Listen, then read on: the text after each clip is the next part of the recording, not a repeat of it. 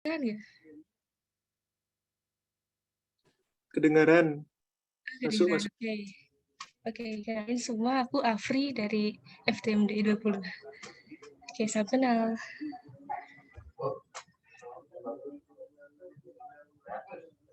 Oke, mungkin ini udah langsung bisa share screen kali ya, rekan? Udah bisa belum? Ya, langsung aja nggak apa-apa. Oke. Udah kelihatan ya? Oke. Nah, baik, di sini kita akan membahas tentang materi UTS 1. Nah, di sini aku udah nulis beberapa rangkuman rumusnya. Ya, ada dari elektrostatik, ada tentang hukum Coulomb, medan listrik, hukum Gauss.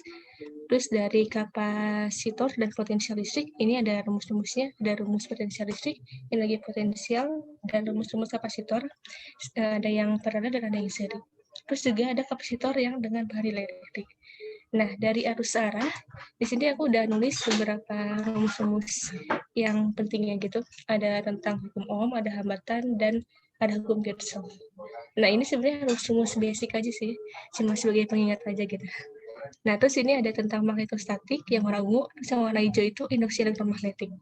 Oke, aku rasa kalian juga udah tahu nih rumus-rumusnya kayak gini.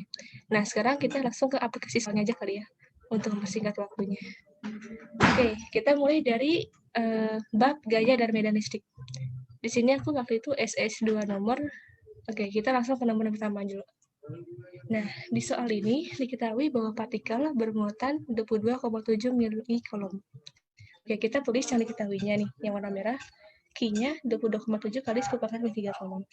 Nah, dia bergerak dengan laju 3,6 km per second.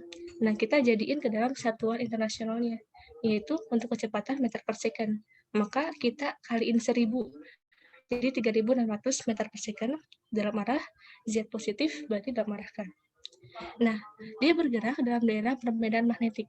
Salah satu komponen medan magnetiknya adalah 4,7 kali 10 pangkat min 2T, arah sumbu X positif, berarti ini I. Terus yang satunya lagi komponennya 6,345 kali 10 pangkat min 2 dalam arah Y negatif. Nah, jadi ini minus 6,345 10 pangkat min 2 J gitu. Atau plus, nanti dalam kurung minus J juga, nggak masalah. Nah, yang ditanya ini besar gaya magnetiknya berapa gitu. Oke.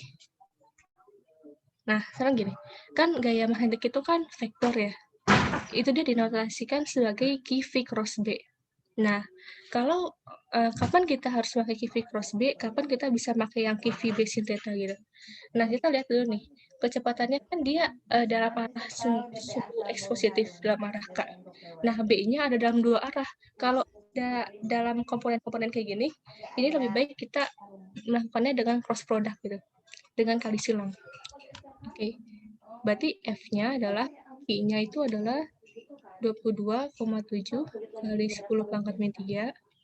Nah, V-nya itu 3.600 dalam mereka dikrosin sama 4,7 kali 10 pangkat minus I dikurangi dengan 6,345 dikali 10 pangkat minus 2J.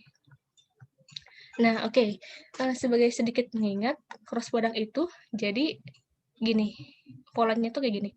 I cross J itu sama dengan K gitu. Nah, J cross K itu sama dengan I. Nah, berarti kalau K cross I itu sama dengan J gitu.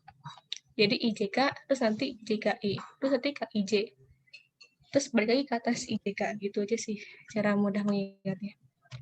Nah, selanjutnya gimana? Ya udah, kita hitung kayak biasa aja. Berarti 22,7 kali 10 pangkat minus 3. Nah, ini K cross I. K cross I itu apa? K cross I itu J kan?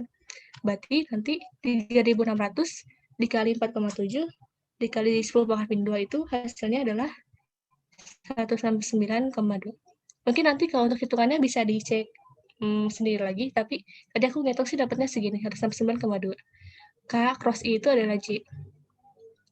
Nah, terus dikurang sama ini 3.600 dikali 6,345 kali 10 min 2 itu adalah 228,42. Oke. Nah, K cross J itu apa?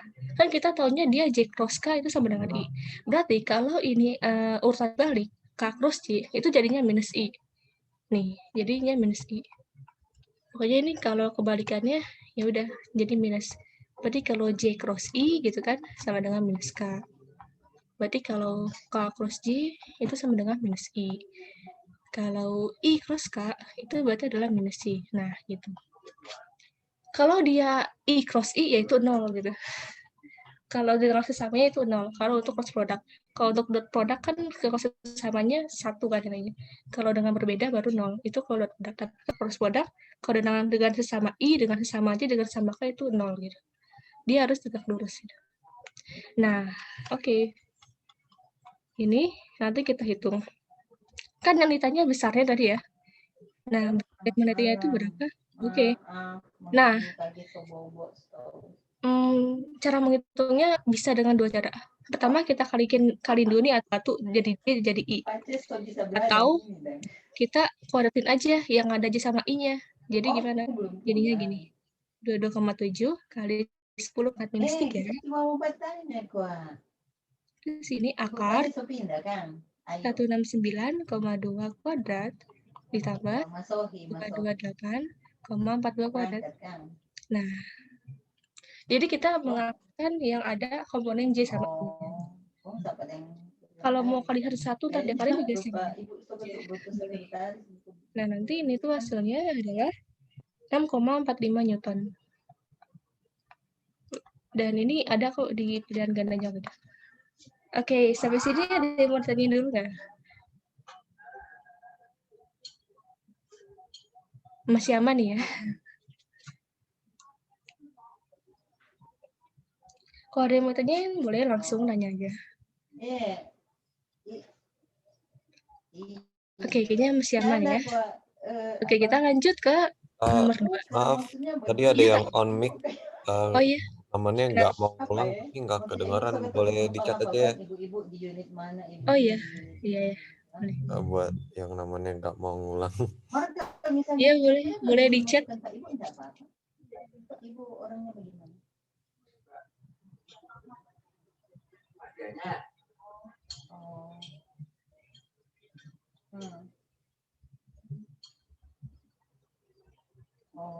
Soalnya kok belum pernah berdapat langsung.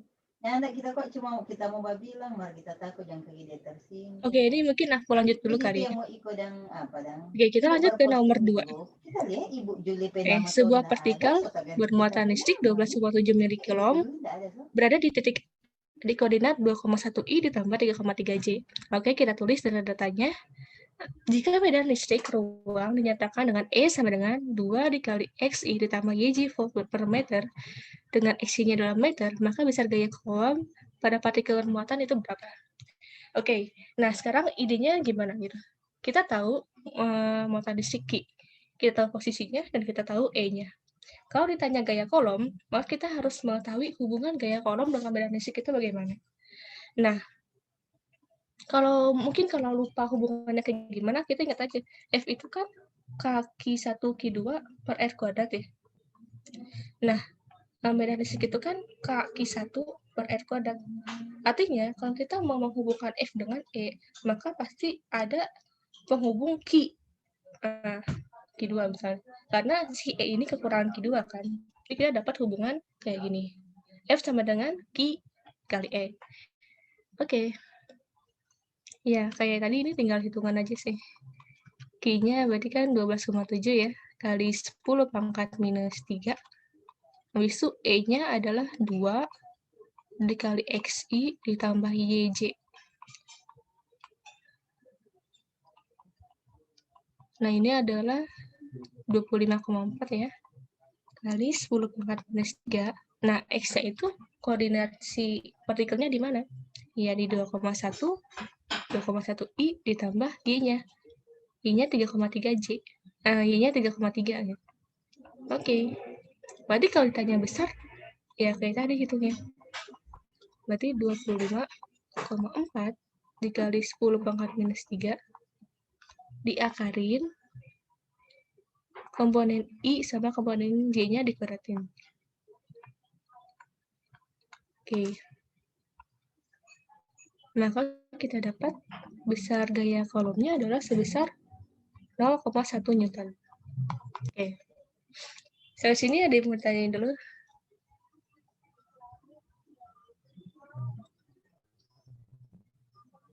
Aku hitung dari 5 deh ya. 5, 4, 3, 2, 1.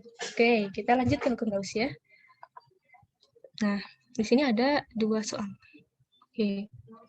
Nah, sebenarnya hukum Gauss itu gimana sih? Hukum Gauss itu aku jelasin secara keseluruhannya aja. Jadi hukum Gauss itu kita menghitung medan listrik sebenarnya, tapi untuk benda-benda dengan kesimetrisan yang tinggi. Jadi kan kalau hukum Gauss itu persamaannya itu integral tertutup dari E dot dA sama dengan Qn cos per N0. Nah, jadi di hukum Gauss ini kita sebenarnya mau nyari E-nya ini berapa.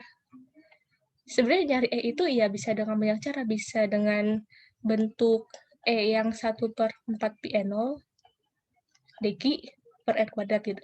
Ini kan kalau misalnya muatannya kontinu gitu, dan dia tidak simetris, baru pakai yang ini. Kalau bedanya simetrisnya tinggi, kayak bola, terus pelat, kubus mungkin, pokoknya yang simetrinya tinggi itu maksudnya yang kayak dia itu simetri banget gitu. Kita bisa pakai hukum Gauss. Nah, oke. Sekarang soal yang kayak gini. Di pusat sebuah bola konduktor berongga bermuatan total 16 mikrokolom. Jadi bola konduktornya 16 mikrokolom muatan totalnya. Nah, di pusatnya bola ini ada muatan titik 12 mikrokolom. Ini positif juga. Nah, jari-jari dalam bolanya itu adalah 10 cm. Oke, kita tulis deh. A-nya 0,1 meter, B-nya adalah 0,2 meter.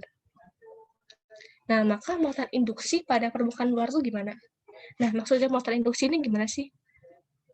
Jadi gini, kan kita tahu nih, kalau bola konduktor, itu pasti kan medan listrik di dalamnya itu kan 0 kan. Nah, kalau dia bola berongga, misal, terus di dalamnya nggak ada partikel bermuatan, ya pasti medan listriknya otomatis 0 gitu. Tapi kalau dia bola berongga, di dalamnya ada muatan titik aja, itu di kulit bola paling dalam ini akan ada muatan induksi gitu. Muatan yang muncul akibat adanya muatan titik yang diberikan di tengah pusat bola itu. Kenapa harus ada muatan induksi? Untuk menjaga agar medan listrik di dalam bola konduktor itu 0. Bagaimanapun kondisinya, medan listrik di dalam bola konduktor itu pasti 0. Nih. Jadi gini, aku gambarin lagi. Nih, kan ini kan ada bola konduktor. Oke, jari-jarinya A dan B. Sekarang pertanyaannya, kenapa ada muatan induksi? Oke, misal kita tinjau E untuk A kurang dari R kurang dari B. Nah, ini kan kalau R-nya lebih dari A kurang dari B, ini kan pasti kan di dalam bola konduktor nih. Nah, ini E-nya pasti 0. Artinya kalau E-nya 0, maka Qn cos-nya harus sama dengan 0. Nah, Qn cos-nya itu yang mana sih yang disebut dengan Qn cos? Oh, sorry. Nah, yang disebut dengan Qn cos itu adalah yang ini.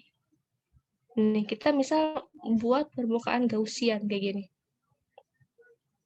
Nah, maka Qn cos-nya dia ini adalah Q induksi yang di dalam, yang di permukaan dalam nih, yang aku tulis minus-minus ini, ditambah dengan si 12 mikrokolom. Itu sama dengan 0. Artinya, di dalam permukaan kulit bolanya ada muatan induksi, yaitu sebesar minus 12 mikrokolom. Nah, kalau begini, pasti kan medan listrik di dalam bola konduktornya 0 kan? Di kulit bola konduktornya ini pasti 0 gitu. Karena 12 minus 12 jadinya 0. Nah, sekarang pertanyaannya, muatan induksi yang di permukaan luar itu gimana? Nah, kita kayak gini caranya. Muatan total itu kan sama dengan muatan yang di dalam ditambah muatan yang di luar kan. Nah, muatan totalnya itu berapa? 16 mikrokolom kan ya. Terus muatan di dalamnya minus 12 mikrokolom ditambah muatan luar. Jadinya muatan yang di luarnya itu adalah 28 mikrokolom gitu. Jadi dia benar-benar 28 mikrokolom. Oke, sampai sini ada yang mau tanyain dulu nggak?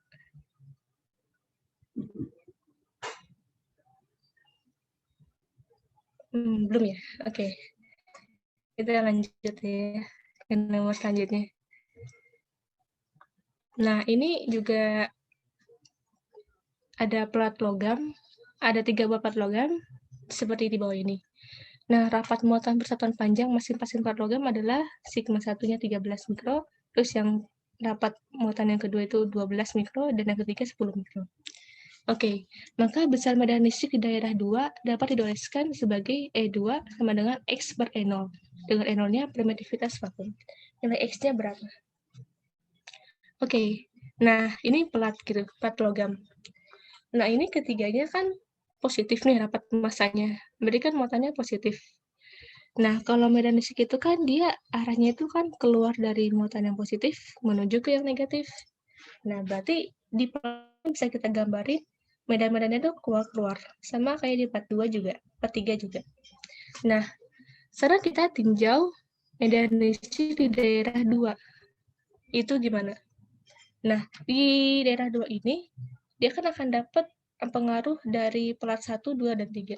Nah, plat 1 itu, ya medan listriknya kalau di daerah 2 bakal ke kanan. Nah, dari plat 2, dia bakal dapat ke kiri. Dan dari plat 3, dia bakal dapat ke kiri gitu.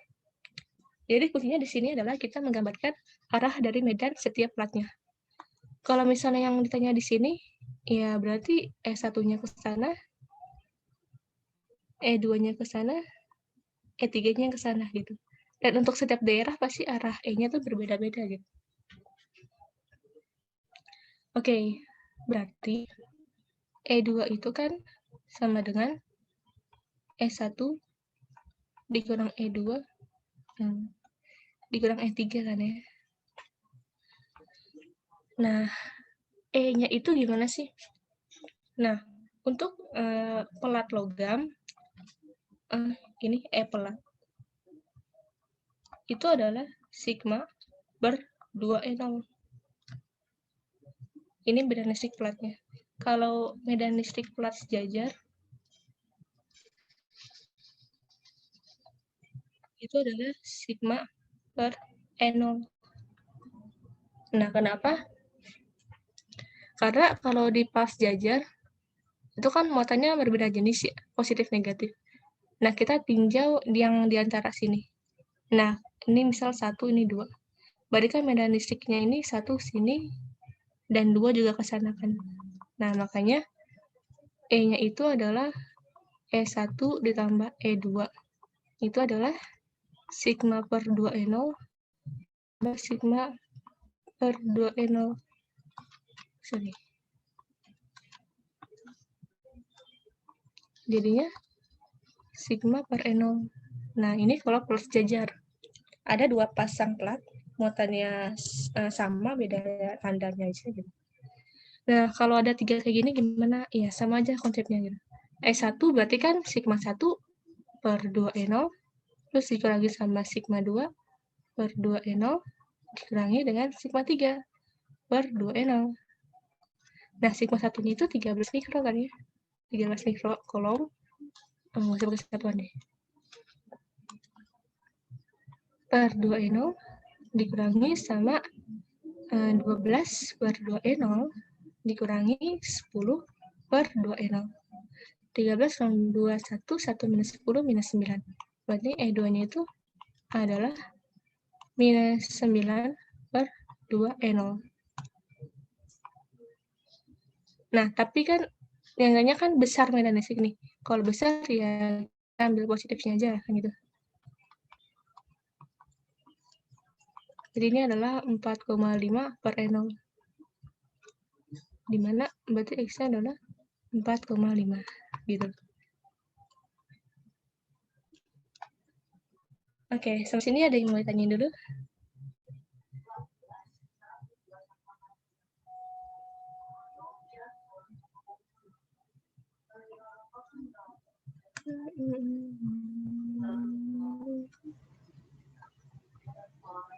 Ini belum ada yang nanya ya.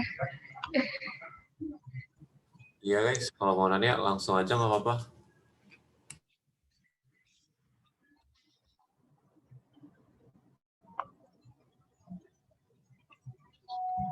Oke, kita lanjut ke yang selanjutnya dulu ya. Potensial dan energi potensial. Oke, di sini ada dua nomor.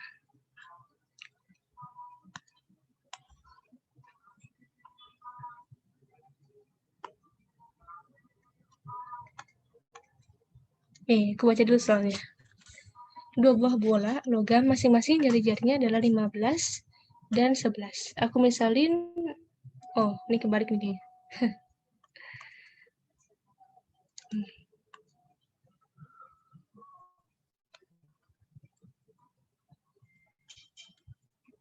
Oke, jadi yang besar itu yang A.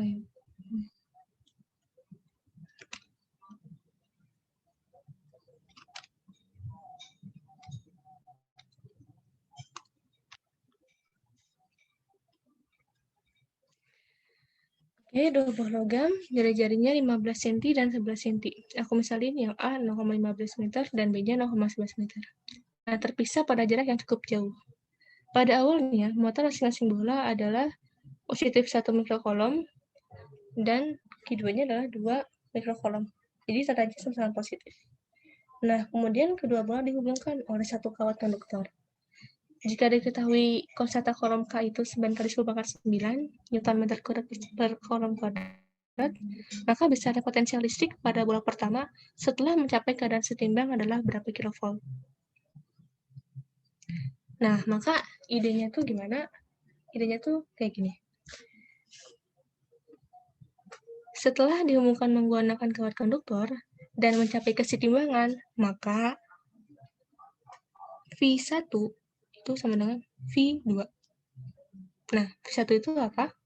V1 kan ya kaki 1 per R1 kan. R1 adalah A.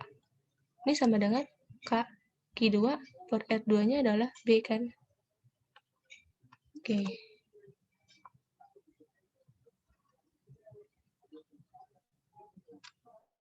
Ini mungkin aksen kali ya tulisannya. Jadi, Q2 aksen itu sama dengan B per A dikali Q1 aksen. Nah, terus selanjutnya gimana kita mengetahui besar Q2 aksen dan Q1 aksen? Berarti kita perlu paling nggak 2 persamaan kan? Nah, ide selanjutnya adalah ingat bahwa muatan itu kekal dan terkondensasikan. Berarti kalau muatan kekal, ya Q1 aksen ditambah Q2 aksen itu sama dengan 1 mikrokolom ditambah 2 mikrokolom. Nah, kita masukin persamaan yang tadi. Q2 aksen adalah B per A, Q1 aksen itu sama dengan 3 mikrokolom. Nah, B per A-nya itu adalah 0,11 dan 0,15. Berarti 1 ditambah B-nya 0,11, A-nya 0,15 sama dengan 3 mikrokolom. Berarti Q1 aksen dikali berapa nih? 0,26 per 0,15 itu sama dengan 3 mikrokolom. Sehingga Q1 aksennya adalah sebesar 1,73 mikrokolom. Oke, kita udah tahu Q1-nya. Nah, yang tanya adalah besar potensial listrik pada bola pertama setelah mencapai keadaan setimbang. Nah, oke, Q1 aksennya segini setelah mencapai kesetimbangan. Nah, yang tanya adalah potensialnya berapa? Gitu. Potensial listrik pada si bola pertama itu berapa? Oke, berarti potensial listrik itu adalah Q1 aksen per A gitu. Berarti ini adalah 9 dikali 10⁻9. Q1 aksennya 1,73 kali 10⁻6 per A. Oke, tadi A-nya itu 15 kali 10⁻². Nah, ini berapa? Itu adalah 103,8 kilovolt. Nah, jadi idenya kurang lebih seperti ini. Ini kalau nggak salah soalnya mirip kayak di salah tutorial ya. Gitu sih. Ada yang mau tanya dulu nggak nih untuk soal nomor ini?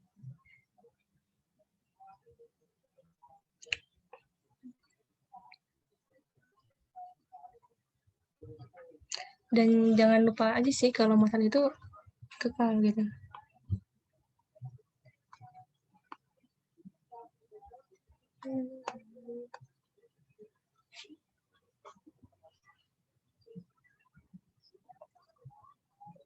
Oke, belum ada yang nanya. Oke, kita lanjut ke nomor selanjutnya. Ini dari soal UT1 juga. Jadi, sebuah partikel bermuatan minus 4 nanocoulomb di titik koordinat 3 meter 0. Jadi, dia di sumbu X, di koordinat X sama dengan 3. Nah, diketahui kedasa kolomnya 9 kali 10⁹. Potensial listrik yang dihasilkan oleh partikel tersebut relatif terhadap titik ditahi berhingga pada titik observasi min 1, 3 itu berapa? Oke. Nah, sebenarnya kita bisa aja pakai rumus kayak gini, V sama dengan kaki per R. Karena kan potensial listrik di tahap berhingga itu kan 0 gitu ya. V-nya sama dengan 0, tidak hingga. Ya, mungkin mendekati 0. Nah, jadi di titik 1, 3 akibat siki ini ya kita bisa cari dengan V sama dengan kaki per R. Nah, ini Ida tadi tinggal masukin sih. K-nya 9 kali 10⁹. Terus Q-nya minus 4 kali 10⁹. Nah, jangan lupa ini kan potensial nih, potensial listrik. Potensial itu kan besaran skalar. Jadi, tanda muatannya itu dicantumkan si minusnya. Sama kayak energi. Energi potensial juga plus minus muatannya dimasukin. Kalau gaya listrik dan medan listrik karena dia vektor, sebenarnya kita nggak perlu masukin tandanya gitu. Tanda muatannya nggak perlu masukin. Itu tanda muatannya buat nentuin arah dari si gaya listrik dan si medan listriknya itu. Tapi kalau skalar gini kita masukin plus minus muatannya. Nah, R-nya berapa? R-nya ya udah. Berarti kan R-nya adalah akar dari, nah, R ini berapa? Ini kan ke atas kan 3 ya. Nah, ini ke bawahnya adalah 3 tambah 1, 4. Nah, berarti R-nya 5 ya. Berarti kan 3 kuadrat ditambah 4 kuadrat. Oke. Berarti V-nya adalah ini 9 habis 9 kali 4 36, 36 bagi 5 7,2. Berarti V-nya adalah minus 7,2 volt. Nah, ini kalau nggak salah ada jawabannya di opsi gitu. Oke, ada yang mau tanyain nggak? Oke, masih bisa diikutin ya.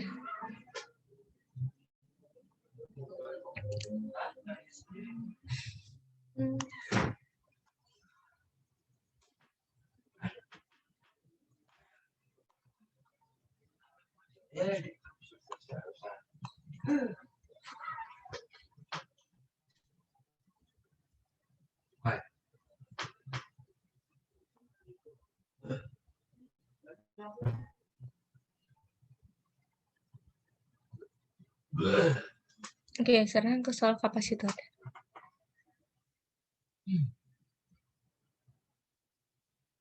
Nah, terdapat 3 blok kapasitor dengan kapasitas yang sama yaitu channel. Ketiganya dapat disusun seri, paralel, atau kombinasi seri dan paralel.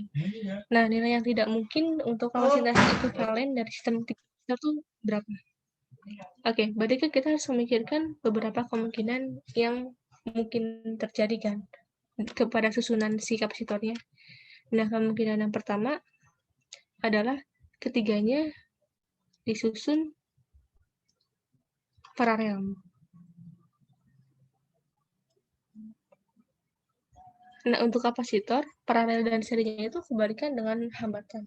Kalau hambatan itu kan kalau paralel 1 per gitu kan. Nah, kalau di kapasitor, paralelnya itu tinggal dijumpa-jumpain aja. Jadi, C paralelnya adalah C0 ditambah C0 ditambah C0. Karena dia ada 3 blok kapasitor. Oke. Jadi, CP sama dengan 3C0. Berarti yang A itu benar.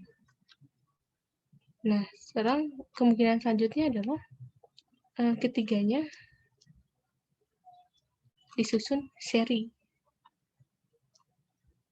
Nah, berkebalikan juga dengan hambatan, kan kalau hambatan itu, kalau seri dia ditambah-tambahin aja. Nah, kalau kapasitor kita pakai yang seperti itu. Nah, kapasitor ini berarti 1/C0 ditambah 1/C0 ditambah 1/C0. Nah, ini jumlahnya 3/C0 kan ya. Berarti C serinya adalah C0/3. Berarti yang B benar. Oke. Nah, sekarang kemungkinan selanjutnya gimana? Oke, ini aku gambarin gini.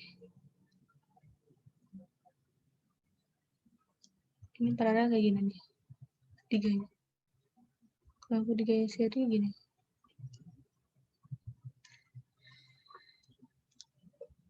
Nah, sekarang kemungkinan selanjutnya adalah 2 paralel, 1 seri. Nah, ini gimana gambarannya? Gambarannya kayak gini. Kalau 2 paralel, berarti kan ada 2 yang diparalelin. Habis itu di seri. Nah, berarti kita ngitung yang paralelnya dulu kan. Yang paralelnya adalah C0 ditambah C0. Berarti yang paralelnya adalah 2 C0 kan. Nah, sekarang yang totalnya itu kan di seri. Berarti 1/C seri sama dengan 1/2 C0 tambah 1/C0. Nah, 1/C seri ini berarti kan sama dengan per 2 C0 gitu ya. 1 ditambah 2 kan. Berarti C serinya adalah 2/3 C0. Nah, ini yang C. Itu berarti C benar. C itu mungkin terjadi. Nah, sekarang kemungkinan yang selanjutnya apa? Ya, berarti kalau udah 2 paralel 1 seri, selanjutnya adalah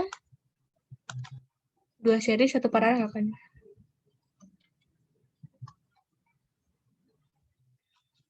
Dua seri 1 paralel. Nah, itu gambarannya gimana? Gambarnya kayak gini. Ini ada 2 di seri. Habis itu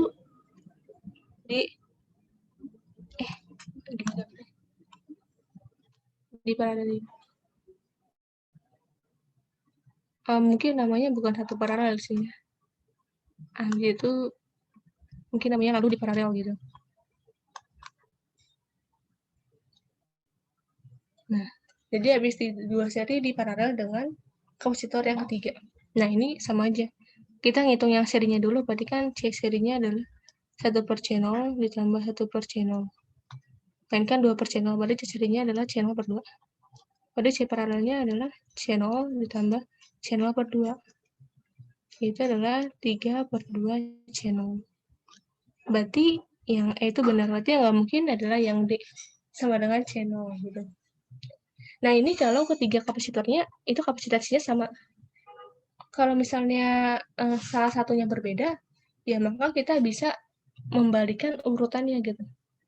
Kan sebenarnya kan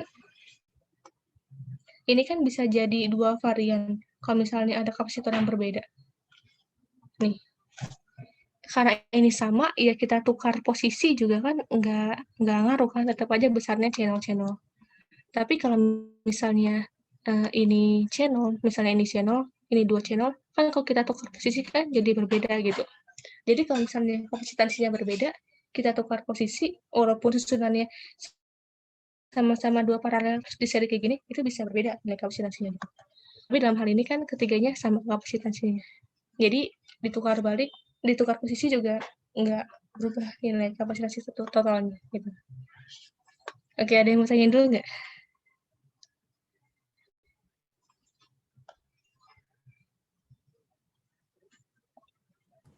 Baik, guys, masih bisa nanya-nanya tentang kapasitor.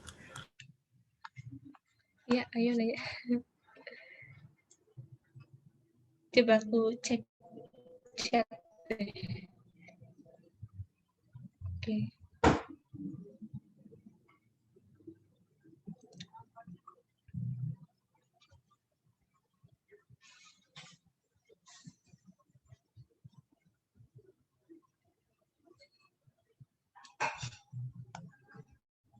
Oke, kita lanjut ke nomor selanjutnya. Ini nomor keberapa ya? Nomor ke 8 kali. Nah, jadi ada sebuah kapasitor keping sejajar yang bermuatan itu 4 mikrocoulomb. Jadi aku tulis di sini Q-nya 4 mikrocoulomb. Nah, luas kepingnya sebesar 8,7 kali 10 pangkat minus 1 meter persegi. Dengan jarak antar kepingnya adalah 8,7 kali 10 pangkat min 2 meter.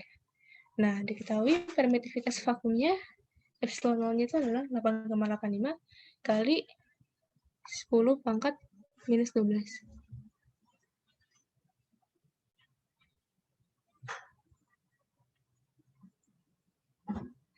Nah, jika pada kapasitor tersebut dimasukkan bahan elektrik dengan konstantan elektriknya adalah 2, maka perubahan energi yang tersimpan dalam kapasitor sebelum dan sesudah tambahkan bahan elektrik itu berapa?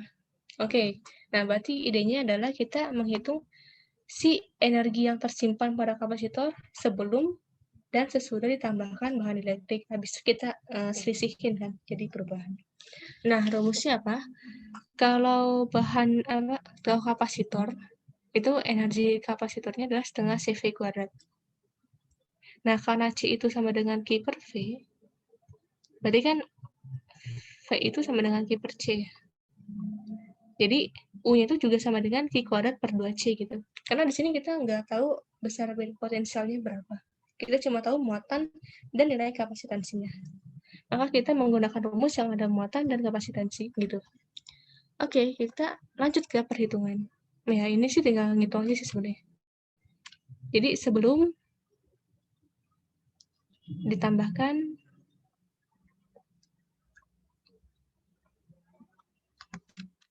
bahan dielektrik.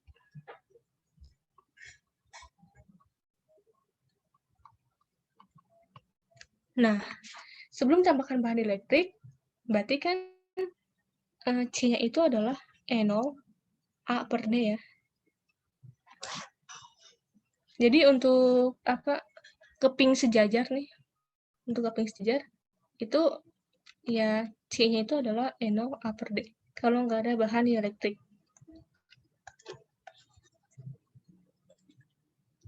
Oke, nah karena C-nya kayak gini, berarti U-nya adalah Q kuadrat per 2C kan. 2 E0 A per D. Oke, berarti ini sama dengan Q kuadrat D per 2 E0 A. Oke deh. Nah, Q-nya adalah 4 kali 10 pangkat minus 6. Habis itu D-nya adalah 8,7 kali 10 pangkat minus 2.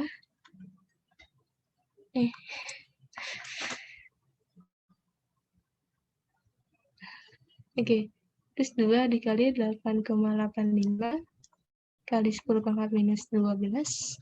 Dan A-nya adalah 8,7 kali 10 pangkat minus 1. Nah, ini kan ada yang bisa dicoret ya. Sini 2. Berarti kan 2 bagi 8,85 itu sekitar 0,904. Terus ini minus 8 plus 13. Nah, berarti ini tuh hasilnya 9,04 kali 10 pangkat minus 2 Joule.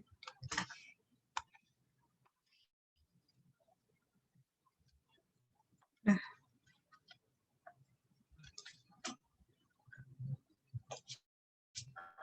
oh jangan lupa ini kuadratin ya.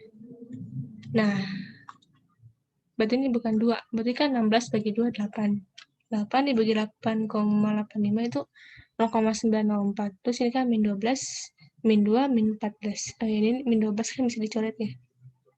Jadi tinggal ya min 2 plus 1 min 1. Oke, jadinya segini. Nah, habis itu kita hitung lagi energi si yang disimpan oleh kapasitor setelah ditambahkan bahan elektrik itu berapa.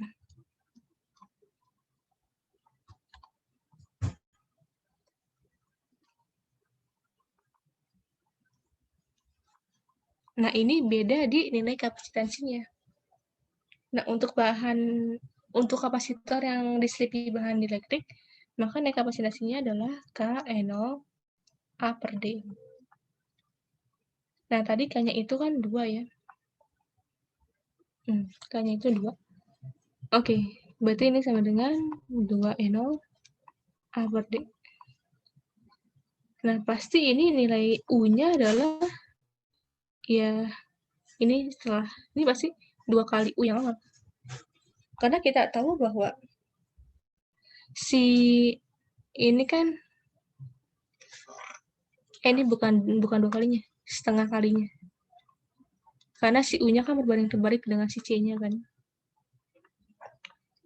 Nah, karena U-nya berbanding terbalik dengan C, maka ketika C-nya itu bertambah 2 kali lipat, ini C yang setelah tambahkan bahan elektrik kan bertambah 2 kali lipat daripada yang sebelumnya. Maka energi yang disimpan kapasitor itu adalah menjadi setengah kali sebelum tambahkan bahan elektrik gitu. Karena hubungan U dengan C ini kan berbanding terbalik. Maka kalau C-nya meningkat 2 kali lipat, U-nya akan menurun 2 kali lipat. Oke, nah kita sebenarnya nggak usah ngitung lagi. U-nya itu pasti U per 2. Nah, maka perubahan energinya itu adalah, dia nanya perubahan energi sebelum dan sesudah. Oke, sebelum dan sesudah berarti U dikurang U aksen kan. Bersama dengan U dikurang U per 2. Ya udah, ini sama dengan U per 2. Sama dengan 9,04 dibagi 2. Yaitu 4,52 dikali 10 pangkat minus 2 Joule. Oke, jadi perubahan energinya segini, 4,52. Ini kalau nggak salah waktu itu soalnya esai deh. Kalau nggak salah. Oke, di sini ada yang mau tanya dulu nggak nih?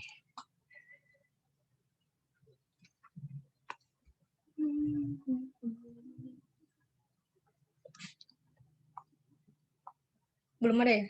Masih bisa diikuti lah ya. Oh, aku coba cek chat. Nah, ada. Kalau ada yang mau tanya, boleh tanya langsung. Kayaknya kita masih ada 7 soal lagi mungkin.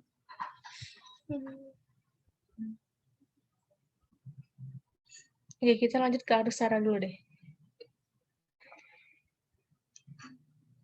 Ini yang kedua ini bukan soal UTS sih, cuma waktu itu soal dari sumber lain. Nah, kalau yang warna biru ini soal UTS-nya. 2 buah resistor 3 ohm dan 6 ohm dibukakan secara paralel, lalu sistem ini dibukakan secara seri dengan 4 ohm. Hambatan totalnya berapa? Nah, ini sebenarnya soalnya cukup mudah ya. Jadi dibukakan secara paralel, ini resistor yang 3 ohm dengan yang 6 ohm. Habis itu dia diseriin dengan yang 4 ohm. Nah, ini R totalnya berapa?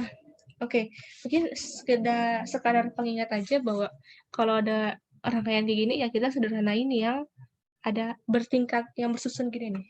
Ini kan paralel, berarti kita selesaiin yang paralelnya dulu gitu.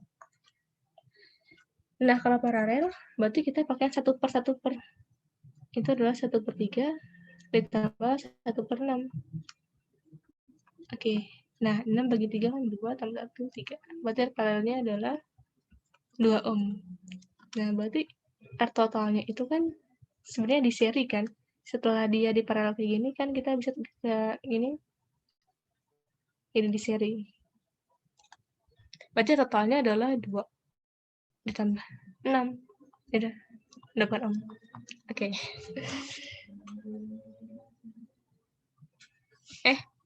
Ini 4 ya, 4 ohm ini. Sorry. Ini 4 ohm, berarti 2 ditambah 4, 6 ohm. Oke. Ini masih easy lah ya. Nah, sekarang kita ke soal yang kayak gini. Aku agak-agak lupa sih waktu tes 1 ini ditanyain atau enggak yang charging kapasitor ini, pengisian kapasitor. Cuma di tutorial ada kan ya soalnya. Kayaknya di UTS gak ada deh charging ini. Oke, lanjut aja. Jadi, satu rangkaian resistor kapasitor, berarti dia ada hambatan, ada kapasitor di sini. Awalnya kapasitor tidak bermuatan. Oke. Berarti kita bisa tebak bahwa ini adalah pengisian kapasitor. Nah, yang tanya A, sesaat setelah kapasitor terpasang, T-nya sama dengan 0, itu tentukan arus listrik yang mengalir pada rangkaian. Nah, terus yang B, pada waktu yang cukup lama, T-nya menuju infinite, itu tentukan arus listrik yang mengalir pada rangkaian. Oke. Terus yang ketiga adalah hitung muatan yang tersimpan di dalam kapasitor setelah steady state, yaitu saat T-nya itu menuju infinite. Nah, ini gimana? Idenya tuh gini. Jadi kalau ada charging kapasitor, pengisian kapasitor, itu gini, kita ingat saat dia T-nya sama dengan 0 dan saat dia T-nya menuju infinite itu gimana? Biasanya itu dua kasus ekstrim yang sering ditanyain. Oke, saat T sama dengan 0, itu artinya kan ya dia kan baru dipasang kartu kapasitornya. Nah, saat baru dipasang banget tuh, saat baru mau mulai, itu kapasitornya kita bisa anggap sebagai kabel biasa. Jadi kita anggap sebagai kabel biasa itu saat T sama dengan 0, saat baru dipasang banget lah gitu. Nah, setelah waktu yang cukup lama, si kapasitor itu akan steady state. Jadi si kapasitor ini udah nggak ada arus yang mengalir ke kapasitor, tapi si kapasitornya sudah terisi penuh dengan muatan maksimumnya. Nah, pada saat T mendekati infinite, itu si kapasitor itu bisa kita anggap sebagai kabel yang terputus. Nah, maksudnya kabel yang terputus itu gimana? Jadi, ya kan gini simpelnya. Kalau si kapasitornya udah terisi penuh dengan muatan, ya terus nggak ada arus yang mengalir, berarti kan ini kayak udah nggak ada jalan. Kayak udah keputus aja gitu. Soalnya nggak ada arus yang mengalir ke sini lagi. Nggak ada arus yang mengalir ke arah kapasitor. Maka pasti, ya udah, yang ada kapasitornya kita anggap sebagai kabel putus. Nah, jadi itu bedanya gitu. Kalau baru banget dipasang tuh T sama dengan 0, itu kapasitornya dianggap sebagai kabel biasa, tapi kalau udah steady state, kapasitornya itu dianggap kayak kabel yang terputus. Nah, ya udah, setelah mengetahui itu, kita bisa langsung kerjain soalnya. Nah, saat T sama dengan 0, ini kan si kapasitornya dianggap sebagai kabel biasa nih. Nah, maka kan ada arus yang mengalir. Nah, di sini ada sedikit tricky-trickinya. Nah, triknya tuh gimana? Ya, di sini. Kita kan, gini, arusnya mengalir dari sini gitu ya, mengalir. Nah, pas di percabangan ini, dia ya bisa membelah dua gini kan. Nah, tapi ingat bahwa di sini kan saat sama dengan 0, saat baru ditutup itu, kan dia kapasitornya kan kayak kabel biasa dan nggak ada hambatan kan di sini. Sedangkan sini ada hambatan gitu. Maka otomatis si arus ini bakal mencari jalan yang nggak ada hambatannya. Iya, kayak kita aja gitu kan. Pasti kita kalau mencari jalan yang nggak ada hambatannya kan. Maka aliran arusnya itu ya kayak gini. Jadi dia nggak ada yang mengalir ke hambatan ini gitu, nggak ada. Nih.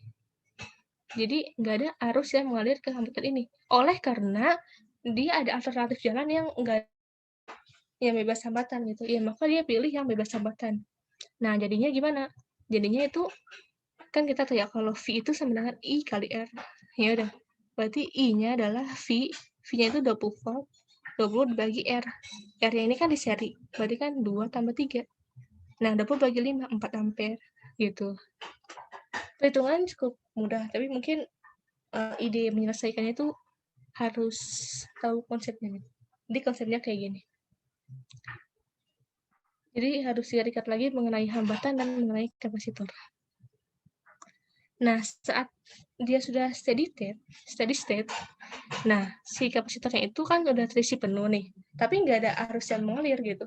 Ya, karena kan I itu kan sama dengan dq per dt. Nah, kalau muatannya udah mencapai maksimum, udah terisi penuh gitu, ya dia kan bakal kayak kayak muatannya itu nggak bakal bertambah lagi gitu. Nah, karena nggak ada penambahan muatan lagi, ya berarti kan I-nya itu kan 0 kan. Makanya nggak ada arus yang mengalir ke sini, tapi ada muatannya di kapasitor gitu.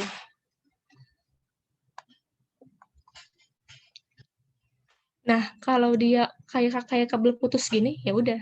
Maka seharusnya nggak ada alternatif jalan lain. Pasti arusnya ini bakal ke hambatan ini. Hambatan yang 3 kilo ohm nih.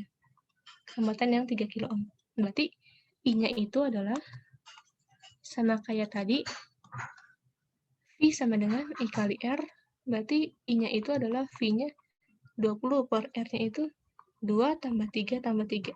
Oke, berarti 20 bagi 8 itu kurang lebih Oh, ini mikro ya? Ini kilo ya, oke. Ini kilo, jadi kan ini 2,5 kali 10 pangkat minus 3 ampere. Oke, ini juga tadi kan kilo, jadi di sini 10 pangkat minus 3 kilo ampere. 10 pangkat minus 3 ampere gitu. Oke. Nah, terus yang C, hitung muatan yang tersimpan dalam kapasitor setelah steady state tercapai. Nah, kita tadi udah tahu harusnya mengalir segini saat steady state. Nah, yang tanya yang di C ini, muatan pada kapasitornya itu berapa sih? Nah, ingat kalau pada kapasitor, C itu kan sama dengan Q per V ya. Nah, Q-nya itu sama dengan C kali V. V-nya ini V yang mana? Nah, V-nya ini ya V si tegangan kapasitornya. Nah, tapi bagaimana cara kita menghitung tegangan si kapasitornya? Nih, bagaimana cara kita menghitung tegangan yang di sini gitu? Nah, tegangan yang di sini kan samanya dengan tegangan yang di sini kan? Jadi misalkan ini AB. Ya, berarti kan tegangan kapasitor itu sama dengan VAB kan. Nah, VAB ini berapa? Oke, aku tulis di sini. Nah, ini V-nya, V kapasitornya. V kapasitor itu sama dengan VAB. VAB itu berapa? Iya, IAB dikali si RAB-nya kan. Nah, IAB-nya itu berapa saat steady state? Kita menghitung RC itu saat steady state, karena kita ingin menghitung muatan dalam kapasitor saat steady state kan. Nah, tadi tuh dari bagian B kita dapat I-nya itu adalah, oke, ini I dikali RAB ya. I-nya itu adalah 2,5 kali 10 pangkat minus 3, terus RAB-nya berapa? Ini cuma ada 3 kilo ohm, cuma ada 1, berarti 3 kali 10 pangkat 3, nanti VC-nya adalah 7,5 volt. Oke, nah kita udah tahu V-nya, berarti kita bisa hitung muatannya kan. Berarti muatannya adalah C kali V. C-nya itu berapa? Tadi C-nya adalah 6 mikrofarad. 6 kali 10 pangkat minus 6 dikali 7,5. Nah, berarti Q-nya adalah 45 ya. Dikali 10 pangkat minus 6 kolom. Nah, gini. Jadi hasilnya 45 mikrokolom. Jadi kalau untuk charging kapasitor gini, ya diingat aja, kalau T sama dengan 0, itu baru banget dipasang atau kapasitornya. Nah, itu kapasitornya dianggap sebagai kabel biasa. Nah, dan jangan lupa kalau misalnya ada percabangan gini, maka arus itu akan mengalir ke kabel yang nggak ada hambatannya gitu. Nah, kalau T-nya menuju infinite, saat kondisi steady state, maka si kapasitornya itu udah terisi penuh dengan muatannya, maka ya kapasitornya dianggap sebagai kabel yang putus gitu, karena nggak ada arus yang mengalir ke kapasitor dalam kondisi steady state gitu. Itu udah kasus ekstrim yang sering muncul sih. Oke, ada yang mau tanyain dulu nggak nih sampai sini?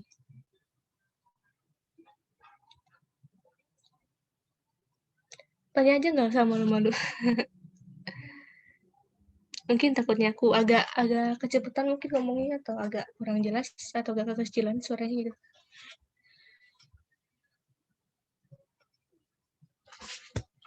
Kalau dari aku aman sih. Ya, kenapa? Aman kalau dari saya. Oh, ya aman. Bentar.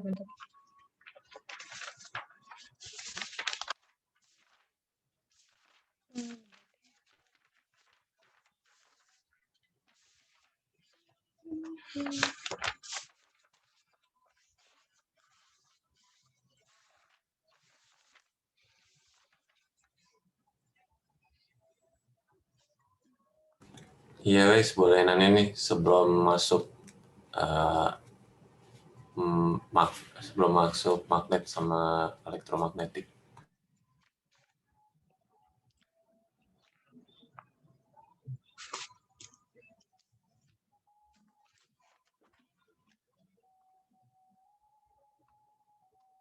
Nah, mungkin sebagai tambahan aja, biasanya ada soal yang bentuknya kayak gini nih. Jadi dia ada ini. Jadi rangkaiannya itu kayak gini. Ini misalnya gagal 1 gitu. Terus di sini ada R1. Terus di sini ada hambatan lagi, ada R2. Terus di sini ada GGL2 misalnya. Terus ini ada kapasitornya C.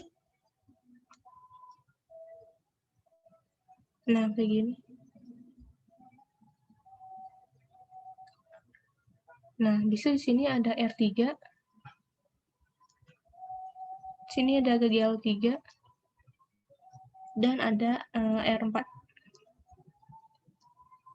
Nah, ini biasanya kalau soal kayak gini nih, dia ditanyain ya muatan yang disimpan oleh kapasitornya saat steady state itu berapa gitu. Nah, oke, kita ada rangkaian kayak gini nih. Oke, aku kasih nama misalnya di sini A deh. A, di sini B. Udah deh, ini aja. Nah, misal diketahui nih nilai R1, R2, R3, R4-nya. Oke. Nah, misal R1-nya itu adalah 1 ohm, misal. Terus R2-nya 2 ohm. Terus R3-nya 2 ohm. R4-nya 2 ohm. Terus C-nya itu 100 mikrofarad. Legal 1-nya 2 volt. Pokoknya diketahui semua deh. Legal 2-nya 3 volt. Legal 3-nya 8 volt. Nah, yang ditanya yang diketahui itu adalah kapasitor dalam keadaan tunak. Nah, terus ditanya IR2-nya berapa, IDR4-nya berapa, dan muatan si Q-nya itu berapa sih? Muatan si kapasitor dalam kondisi tunak itu berapa? Nah, idenya gimana? Idenya gini. Kita mulai dari IR2 dulu deh. Kita mulai dari IR2. Kita nyari arus di hambatan yang kedua. Nah, dalam keadaan tunak, tadi apa? Nah, keadaan tunak dianggapnya kapasitor itu sebagai kawal yang putus. Nih, dalam keadaan tunak nih steady state itu kapasitor sudah terisi penuh. Dia dianggap sebagai kabel yang putus. Artinya, kalau dalam keadaan tunak, ini kan berarti kan dia terputus nih. Iya, berarti nggak ada arus yang mengalir ke sini. Ini nggak ada arus yang mengalir ke sini gitu. Artinya IR2-nya ya udah nggak perlu dihitung. IR2-nya pasti sama dengan 0 ampere. Karena pada kondisi steady state itu nggak ada arus yang mengalir ke kapasitor. Artinya kalau yang arus ke sini nggak ada, pasti kan arus yang ke R2 yang melewati GL2 juga nggak ada kan. Makanya itu 0. Nah, terus selanjutnya IR4-nya gimana? Nah, karena dia steady state, kita bisa menyederhanakan rangkaiannya jadi seperti ini. Sorry. Nih, steady state gitu ya.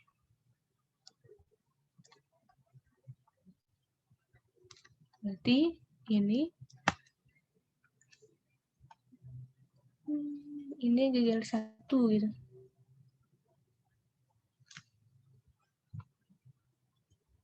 Terus ini R1. Ini R3. Sini ada GL 3.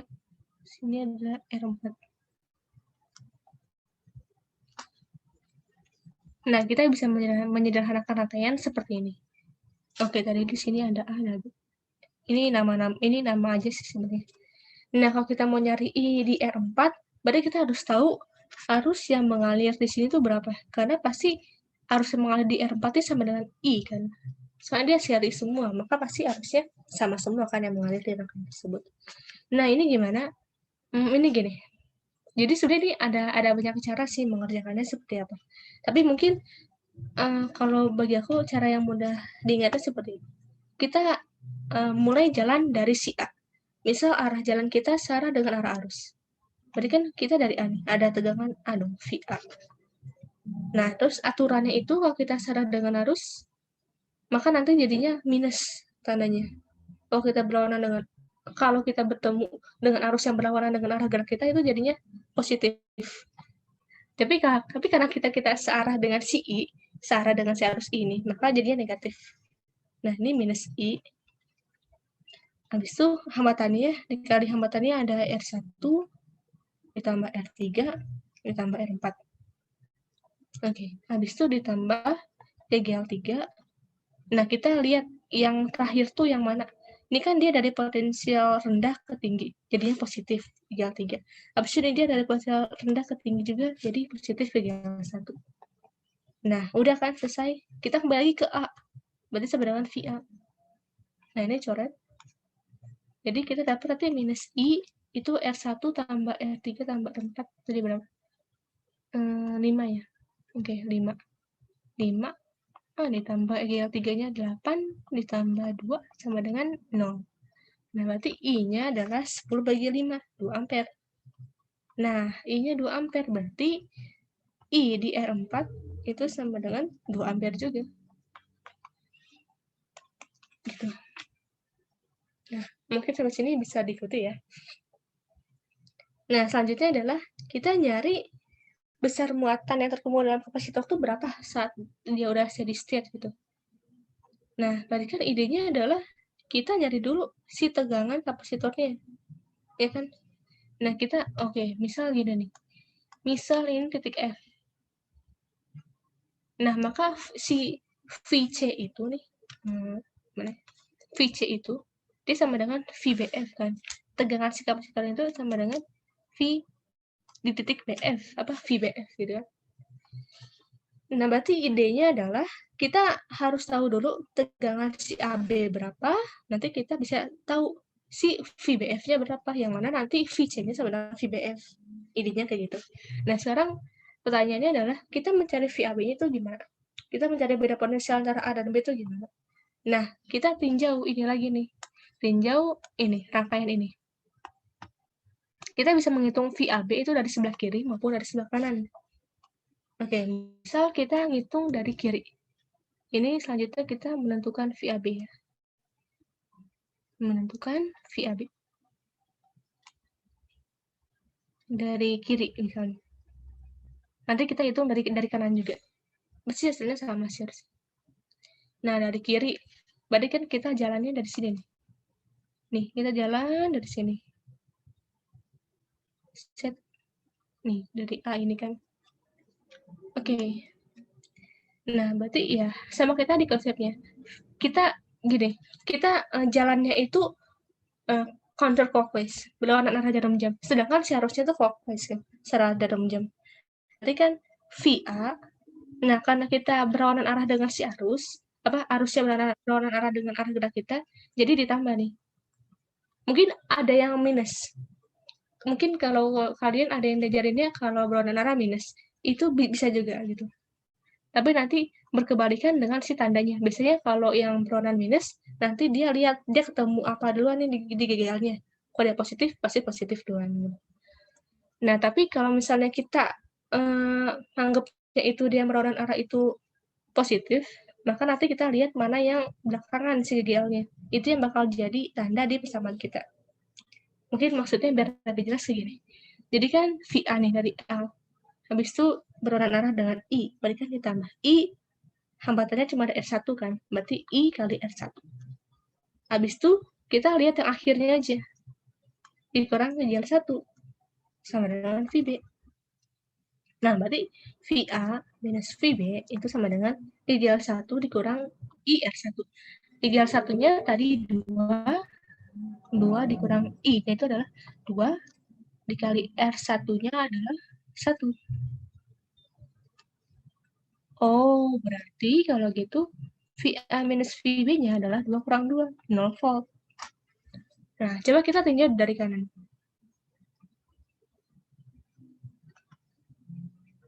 Nah, kalau kita jalan dari kanan, ya udah, gini aja.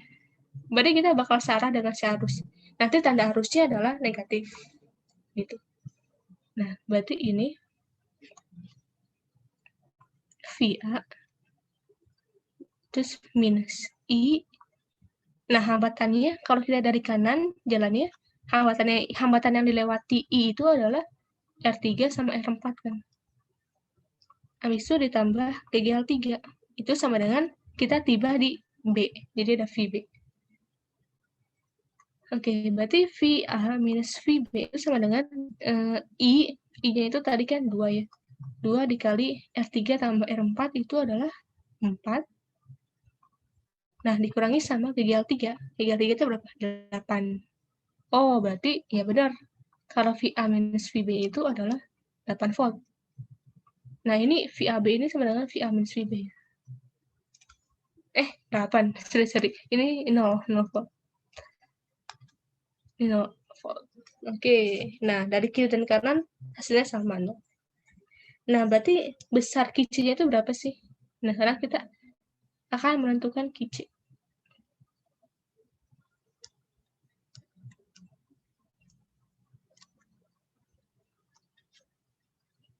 Nah, kita gambar yang bagian AB-nya nih. Dari A ke B itu ada R2, G2, dan C. Oke. Sini ada R2. Ada G2, gini. Terus ada C. Oke, ini titik B. Ini titik A. Nah, kita udah tahu VAB-nya. Berarti pasti kita bisa tentuin si VC-nya ini. Atau sini kita namanya tadi F kan ya. Nah, berarti VAB itu atau VA minus VB itu sama dengan GGL2 ditambah VC. Ya, karena nggak ada arus yang mengalir ke sini, berarti kan V di F2 itu 0 kan? Soalnya VF2 itu kan sama dengan I dikali F2. Ya karena nggak ada arus yang mengalir ke sini, berarti I-nya 0, berarti R2-nya, VF2-nya 0 gitu. Walaupun nggak ada arus, kayak tadi, tapi ada muatan yang tersimpan oleh si kapasitor gitu. Karena muatannya penuh, udah nggak nambah-nambah lagi, udah konstan gitu kondisinya. Ya berarti I-nya itu 0, karena I itu kan turunan si muatan terhadap waktu. Kalau muatannya udah konstan, udah nggak nambah-nambah lagi, berarti udah nggak ada arus yang mengalir ke kapasitornya itu kan. Nah, jadi VA min VB-nya itu adalah 0. GGL2-nya itu adalah 3 ya. 3 tambah VC. Ini VC-nya adalah minus 3 volt.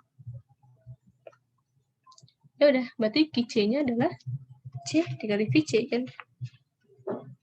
Nah, tadi C-nya itu dimisalin 100 mikro ya. 100 mikro.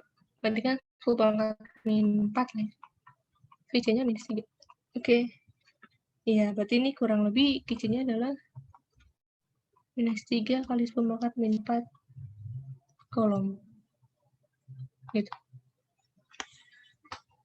Ya, jadi idenya kayak tadi. Kalau steady state, kita anggap kabel yang ada kapasitor itu terputus. Gitu. Berarti kalau terputus, ya nggak ada arus yang mengalir ke sini. Berarti rangkaiannya bisa disederhanakan seperti ini. Nah, nanti kita bisa menghitung arusnya pakai yang hukum Kirchhoff kayak biasa gitu. Untuk rangkaian satu loop. Gitu. Nah, besok idenya adalah setelah kita mengetahui I-nya, kita tentukan VAB-nya. Karena kita tidak bisa menghitung langsung VAB di sini, karena kan kita nggak tahu nih arus yang karena kan arus mengalir di sini kan nggak ada nih. Tapi kan kita bisa tahu kalau VAB itu kan sama dengan V di antara titik di antara kedua titik ini kan. Berarti kita bisa cari tegangan di antara kedua titik yang hitam ini. Gitu. Nah, berarti idenya adalah ya udah kayak tadi. Kita bisa dari kiri atau dari kanan. Gitu sih. Ya, ada yang mau tanya dulu nggak nih?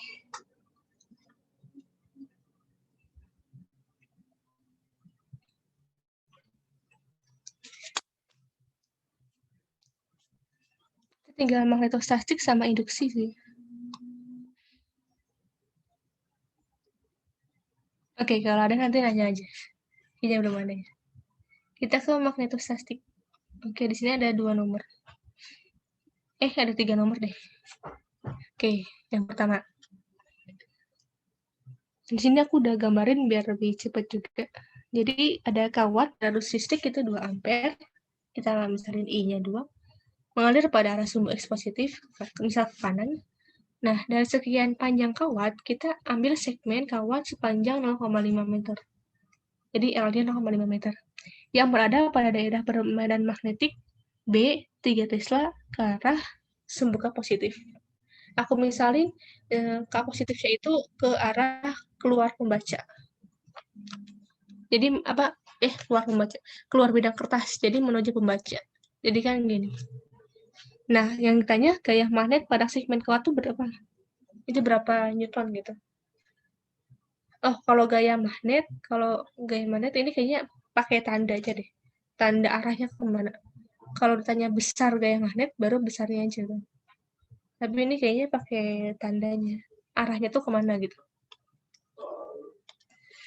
Nah, idenya gimana? Idenya kita harus tahu dan ingat bahwa gaya magnet yang ditimbulkan oleh sepotong kawat itu di daerah bermedan magnetik itu adalah F sama dengan IL cross B. Nah, berarti F-nya itu adalah I-nya berapa? I-nya 2.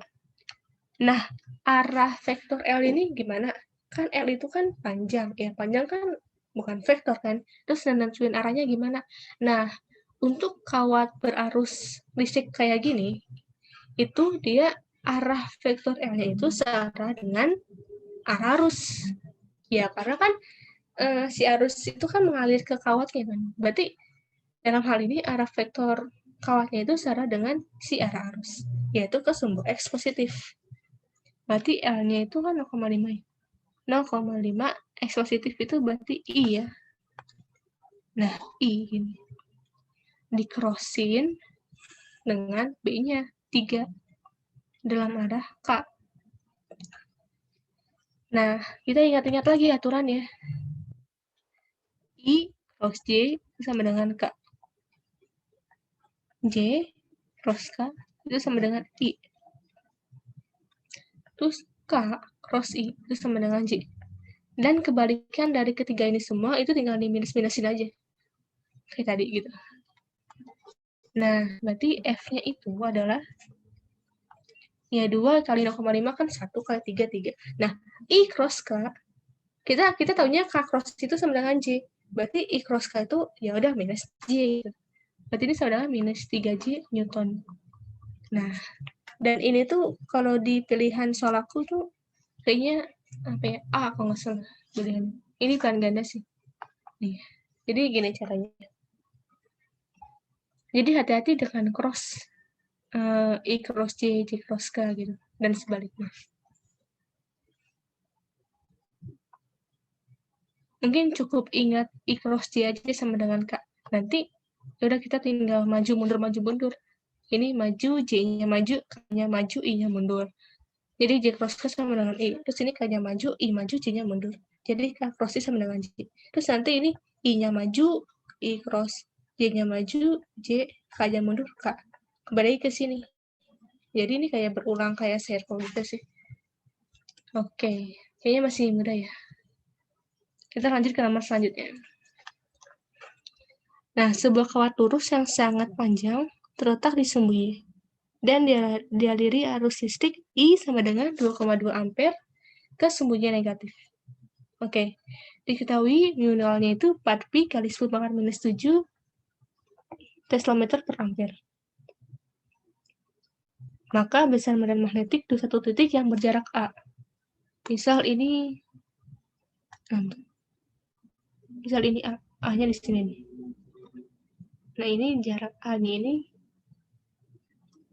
A-nya itu adalah 64 cm, berarti kan 0,64 meter. Nah, dari kawat itu berapa medan listriknya? Oke. Nah, kita ingat-ingat lagi rumusnya. Sebenarnya ini tuh tinggal masukin rumus saja sih. Kita harus ingat rumus yang digunakan itu apa. Nah, kalau ada kawat lurus, terus dia berarus listrik, nah maka dia akan menimbulkan medan magnet. Besar medan magnet oleh kawat lurus yang sangat panjang, itu adalah mu nol I per 2 pi A. Kalau dia kawatnya melingkar, itu mu nol I per 2A. Nggak ada pi-nya. Tapi karena dia kawat lurus, per 2 pi A. Gitu. Itu aja sih bedanya.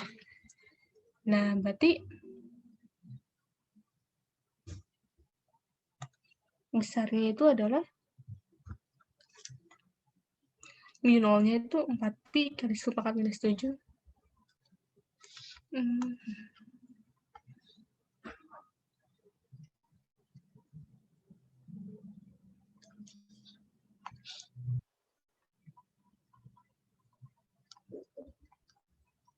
Nah, I-nya adalah 2,2. Habis itu ini ada 2Pi. I-nya adalah 64 kali 10 pangkat minus 2.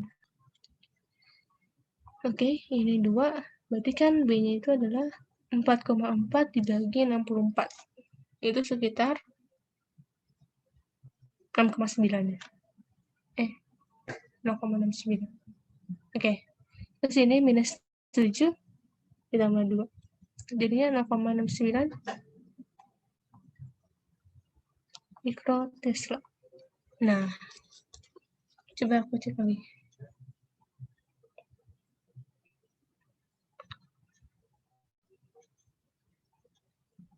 Oke, benar.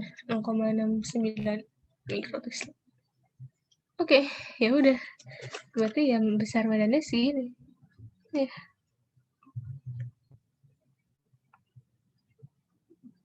Jadi yang harus diingat itu yang rumus-rumus umumnya. Kalau kuadratnya sangat panjang, ya medan magnet yang dihasilkan itu minor I per 2 pi A. Kalau kuadrat yang melingkar, ya medan magnet yang dihasilkannya minor I per 2A. Oke, next. Soal selanjutnya adalah ini.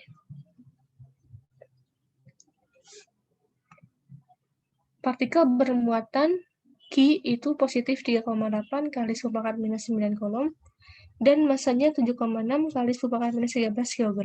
Nah, bergerak dipercepat dari keadaan diam dan diberi beda potensial 100 volt. Partikel ini memasuki daerah bermedan magnet yang besarnya 0,3 Tesla, sehingga partikel membentuk lintasan lingkar. Ya, jarinya berapa? Nah, sekarang gini. Nah, aku bisa tahu pakai rumus ini tuh gimana sih caranya? Nah, idenya tuh gini sebenarnya. Kita lihat kita pertama tulis dulu data-datanya. Oke, udah ada kayak gini. Nah, setelah itu kita lihat petanya nih. Dia minta jari-jari lintasan partikel di daerah bermedan magnet. Nah, kalau ada daerah medan magnet, misal arahnya menuju pembaca gitu. Terus ada partikel nih bergerak. Nah, ini akan ada gayanya kan. Nah, gaya medan magnet ini berfungsi sebagai gaya sentripetal. QVB sama dengan MV kuadrat per R. Nah, berarti kita bisa tahu bahwa jari-jari lintasannya, oke, ini R kecil aja deh. Jadi lintasannya adalah MV per QB. Nah, kita dapat rumus ini. Nah, selanjutnya yang jadi pertanyaan adalah kita udah tahu besar M-nya udah diketahui, Q-nya udah diketahui, B-nya udah diketahui. Maka selanjutnya adalah kita mengetahui kecepatan. Nilai V-nya ini berapa sih? Nah, gimana cara kita dapetin V? Oh, gitu. Nah, kita lihat data yang kita ketahui. Kita tahu beda potensial. Nah, berarti kita harus cari hubungan antara beda potensial dengan si V kecepatan. Nah, hubungannya tuh gimana? Hubungannya gini. Kita baca si teksnya lagi nih. Kan partikel bermuatan dan bermassa. Bergerak dipercepat. Dipercepat dari keadaan diam dengan diberi beda potensial. Nah, artinya apa? Dia awalnya tuh diam gitu. Kemudian dia bisa bergerak karena dikasih beda potensial 100 volt. Nah, karena dia bergerak, berarti kan kita pasti mikirnya itu bakal ada energi gitu. Energinya energi kinetik kan, si partikelnya bergerak. Nah, jadi energi kinetik itu kan sama mv kuadrat. Nah, dia tuh kayak si energi kinetik ini dia terkonservasi apa sih? Dia bisa ada energi kinetik gitu. Nah, dari si beda potensial, berarti kita harus menghubungkan beda potensial dengan usaha gitu. Hubungan si beda potensial dengan usaha tuh gimana? Nah, kalau kita lupa rumusnya, kita ingat persamaannya nih. Beda potensial itu kan ada V gitu kan ya. Kan kaki per R kan ya. Kaki per R. Nah, usaha itu kan kaki 1 Q2 per R gitu kan. Nah, artinya kalau kita mau menghubungkan usaha dengan beda potensial, ya kita harus W sama dengan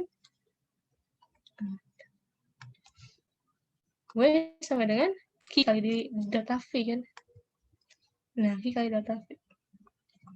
Nah, jadinya kita dapat bahwa Q delta V itu sebenarnya setengah MV kuadrat.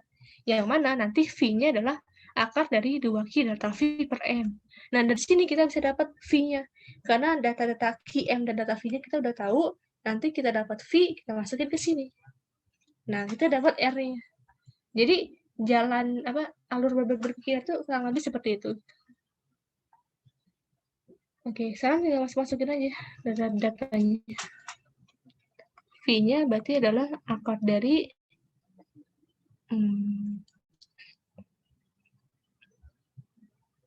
2, Q-nya adalah 3,8 dikali 10 pangkat minus 9. Habis itu delta V-nya adalah 10 pangkat 2 ya.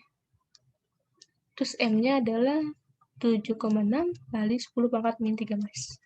Oke, ini bisa kita coret. Berarti ini tinggal minus 9 plus 2 minus 7.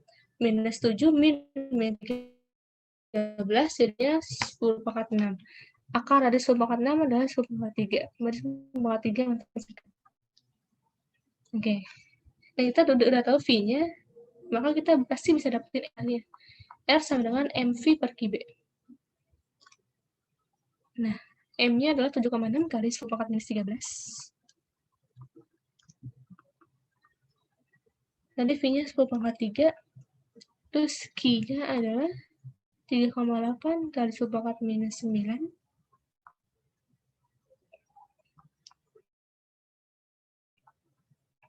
Tiga kali 10 pangkat minus 1. Oke, ini kita coret ya duanya.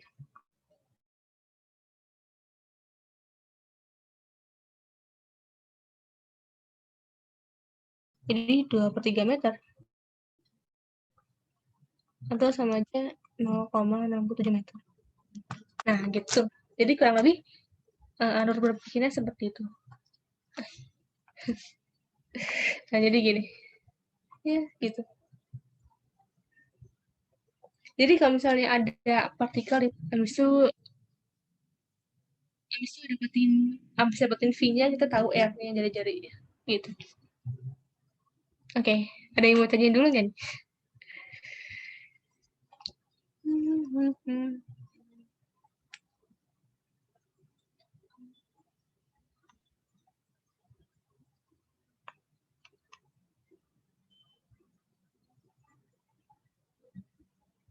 Oke, kita tinggal berapa nomor? 2 nomor lagi sih. Iya, tinggal ini ya, Sri. Udah banyak banget sih emang.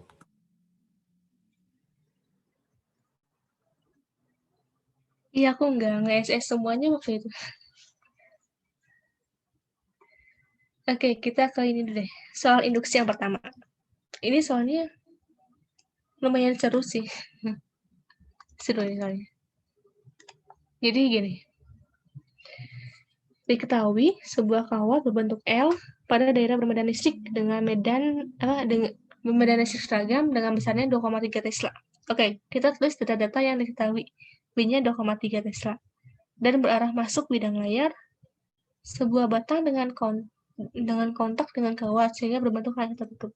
Oh, batangnya ini kontak dengan kawat sehingga membentuk loop gitu. Oke, tertutup. Nah, batang bergerak dengan kecepatan konstan V 6,72 meter per second. Oke, seperti pada gambar. Nah, sudut yang dibentuk batang terhadap kawat horizontal selalu 45 derajat. Oke. Hambatan total rangkaian adalah 12 ohm. Yang ditanya, besar arus yang mengalir pada rangkaian saat X sama dengan 0,6 meter. Itu berapa miliampere? Nah, idenya gimana? Jadi gini.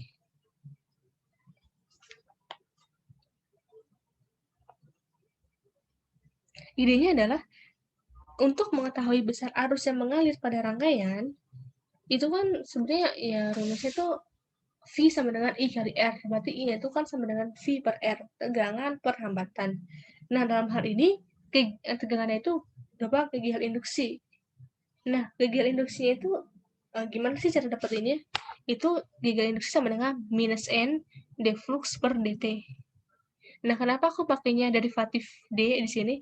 Ya karena nanti kita bakal bermain karena si luas areanya ini nanti bergantung pada V yang mana nanti bergantung pada T juga. Makanya aku pakai derivatif di sini. Nah, gitu sih idenya. Ya. Nah, berarti sekarang kita tentuin dulu gagal induksinya itu berapa. Oke. Ini dalam soal ini N-nya sama dengan 1 ya. Banyak lilitannya itu 1. Karena kita nggak ada data banyak lilitannya atau data panjang sebagainya, nggak ada. Jadi N-nya sama dengan 1. Berarti gagal induksinya adalah D per dt dari fluxnya. Nah, flux itu apa? Rumusnya, flux itu BA cos theta. Dengan theta adalah sudut antara medan magnet B dan vektor normal dari si bidang. Itu tetanya. Nah, fluxnya adalah BA cos theta. Nah, kita lihat bahwa vektor normal si bidang ini kan ya tegak lurus kan sama si itunya. Sama si medan magnetnya. Bukan tegak lurus, searah. Ini medan magnetnya arahnya masuk, ya vektor normalnya juga ke dalam gitu. Atau mungkin keluar, tapi kan tuh plus minusnya aja kan yang berubah. Berarti ini BA.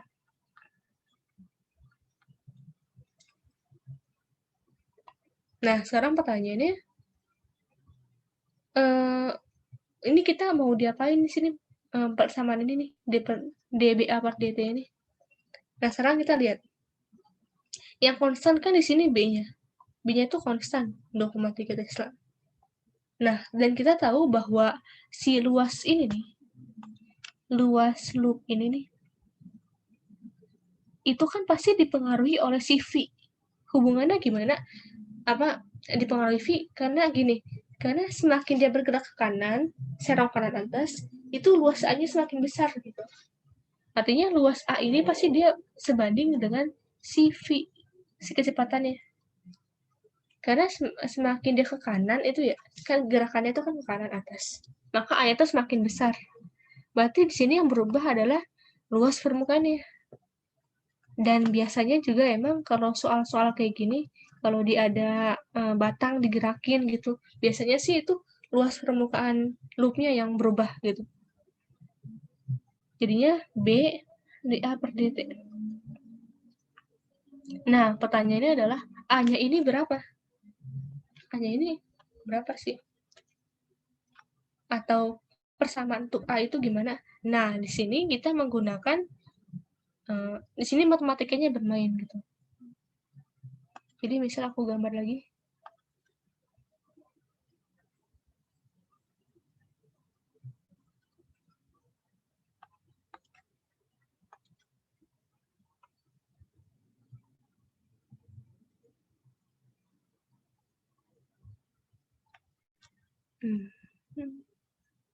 Oke. Di sini dibilang sudutnya selalu 45 derajat. Berarti ya sudutnya itu tidak bergantung pada V atau bergantung pada T. Dia konstan 45 derajat. Nah, yang berubah itu adalah ini nih, si koordinat X-nya. Si panjang batang yang ininya nih nanti juga nggak berubah. Dan pasti si luas permukaan loopnya ini kan pasti berubah. Nah, misalkan ini A deh.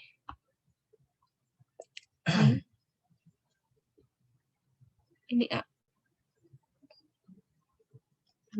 Oke. Nah, sekarang misal aku namain apa ya? Nggak usah dinamain deh. Ini jadi tinggi segitiga ini, misal aku namain T. Sebenarnya kan kita menghitung luas segitiga itu kan bisa dengan setengah alas kali tinggi X kuadrat gitu. Atau bisa juga kita memandangnya sebagai L luas sama dengan setengah A dikali T. Gitu. Tapi kalau dalam hal ini aku pakai yang ini, yang persamaan kedua. Tapi tidak menutup kemungkinan kita bisa pakai yang pertama. Bisa aja. Dan pasti sama aja. Nah, cara dapetin A dan T-nya itu gimana? Caranya gini. Sekarang tinggi T. Nah, mungkin ini agak sedikit kinematik. Jadi gini, kayak misalnya ini tuh kita anggap kayak kayak dia tuh bergerak dengan laju yang konstan gitu. Jadi kayak misalnya sebuah partikel dia bergerak dikasih kecepatan v gitu kan, maka pasti T-nya ini sama dengan v kali T. Udah gitu aja. Kita bisa tahu itu tuh dari mana? Nih, kita bisa tahu T sama dengan V kali T. Ya sebenarnya kan ini kan dari persamaan kinematika yang dengan kecepatan konstan, yang S sama dengan V kali T gitu. Karena V-nya kan konstan kan di sini bilang. Kecepatan konstan. Oke. Nah, dalam hal ini, ya S itu sama dengan T gitu. Jarak. Kenapa aku bilang T? Ya karena kan dia kan si tinggi ini kan searah dengan si kecepatan nih, V-nya. Berarti T sama dengan T besar nih, si tinggi segitiga sama dengan V kali T. Gitu. Oke, kita udah dapat persamaan pertama. Ini dari observasi aja, dari pengamatan gitu. Nah, sekarang yang kedua adalah kita mencari A. A itu gimana? Nah, cara mencarinya adalah dengan kita ya meninjau ini nih, bagian yang ini. Misal ini namanya O, A, B. Nah, kita tinjau segitiga OAB. Nih. Pada segitiga OAB, kita bisa lihat bahwa tangan 45 derajat itu sama dengan depan persampingan. Depannya adalah T per A per 2. Nah, tan 45 itu kan 1 ya. Berarti nanti A per 2 sama dengan T. Yang artinya A sama dengan 2T. Berarti A sama dengan 2VT. Oke, kita udah tahu T besar dan A-nya. Ya udah, kita pasti tahu L-nya kan. Maka dengan demikian L-nya adalah setengah, A-nya 2VT, terus T besarnya tingginya adalah VT. Nah, berarti kita bisa tahu, oh, ini yang aku namain A aja deh. A luas. Ini A. Nah, berarti A-nya adalah V kuadrat, T kuadrat. Nah, A-nya itu ternyata sebagai fungsi waktu. Ya udah, kita turunin dia terhadap T kan. Nah, berarti B D per DT dari V kuadrat T kuadrat. Nah, ini turunan kayak biasa aja. Berarti ini 2B V kuadrat T. Jadi V kuadrat T kuadrat itu kita turunkan hadap T. Jadinya kan 2V kuadrat T. Terus dikali dengan B jadinya 2B V kuadrat T. Ini induksinya. Nah, kita masukin data-datanya 2. Tadi B-nya itu 2,3. V-nya adalah 6,72 kuadrat. Nah, pertanyaan selanjutnya adalah T-nya itu berapa? Oke, sekarang pertanyaannya adalah T-nya berapa sih? Kan kita tahu nih, dia mintanya tuh I-nya saat X sama dengan 0,6. Nah, sebenarnya saat X sama dengan 0,6 itu, saat T-nya berapa sih? Ini nih saat T-nya berapa? Nah, gimana caranya? Ya udah kita perhatikan lagi segitiga OBA tadi. Kita perhatikan lagi sini. Segitiga OAB ya, OAB. Nah, kita tahu bahwa sinus 45 derajat itu sama dengan depan persamping kan. Nah, depannya apa? Depannya T, samping. Depan permiring. Depannya T, miringnya X. T, X. Nah, berarti kan sin 45 itu kan setengah akar 2 ya. Setengah akar 2. Nah, X-nya itu kan 0,6. Nah, T-nya itu apa? T itu kan tadi kan V kali T kan. Dengan V-nya adalah 6,72. 6,72 T. Nah, kita bisa dapetin T-nya. T-nya adalah 0,06 second. Nah,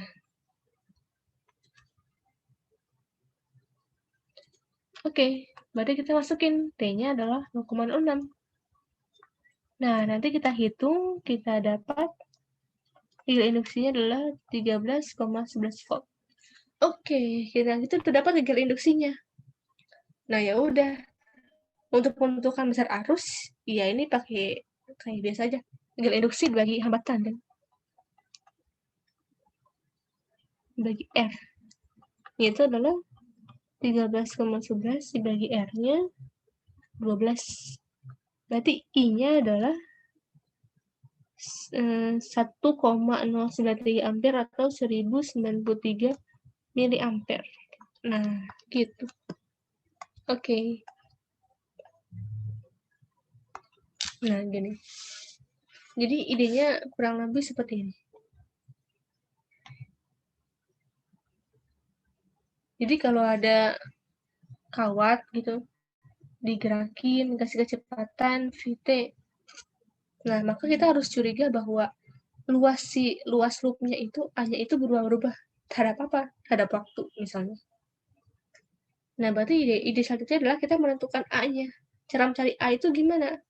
Ya kita lihat dengan dengan dari simetris bangunnya gitu.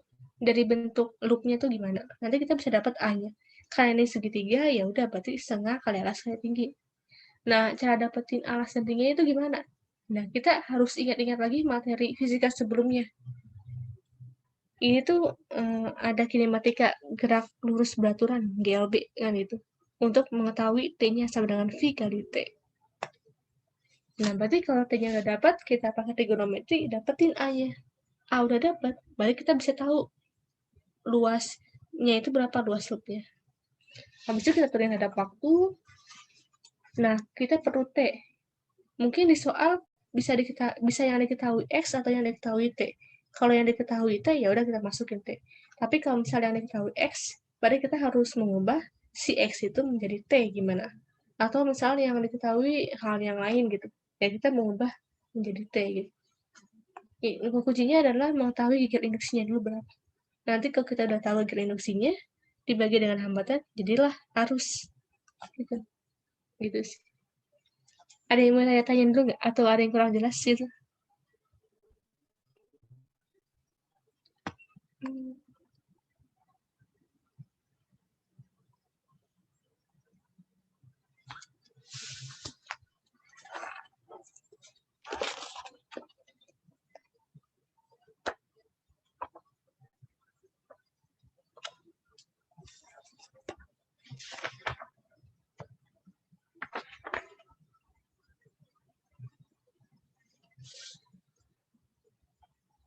Oke, ada yang nanya nih, kalau pakai IR sama dengan BLV, oh berarti nanti I-nya itu sama dengan BLV per R. Nah itu gimana? Nanti I-nya itu setengah dari diagonal persegi XX. Kalau pakai rumus itu isinya 546,45 mA.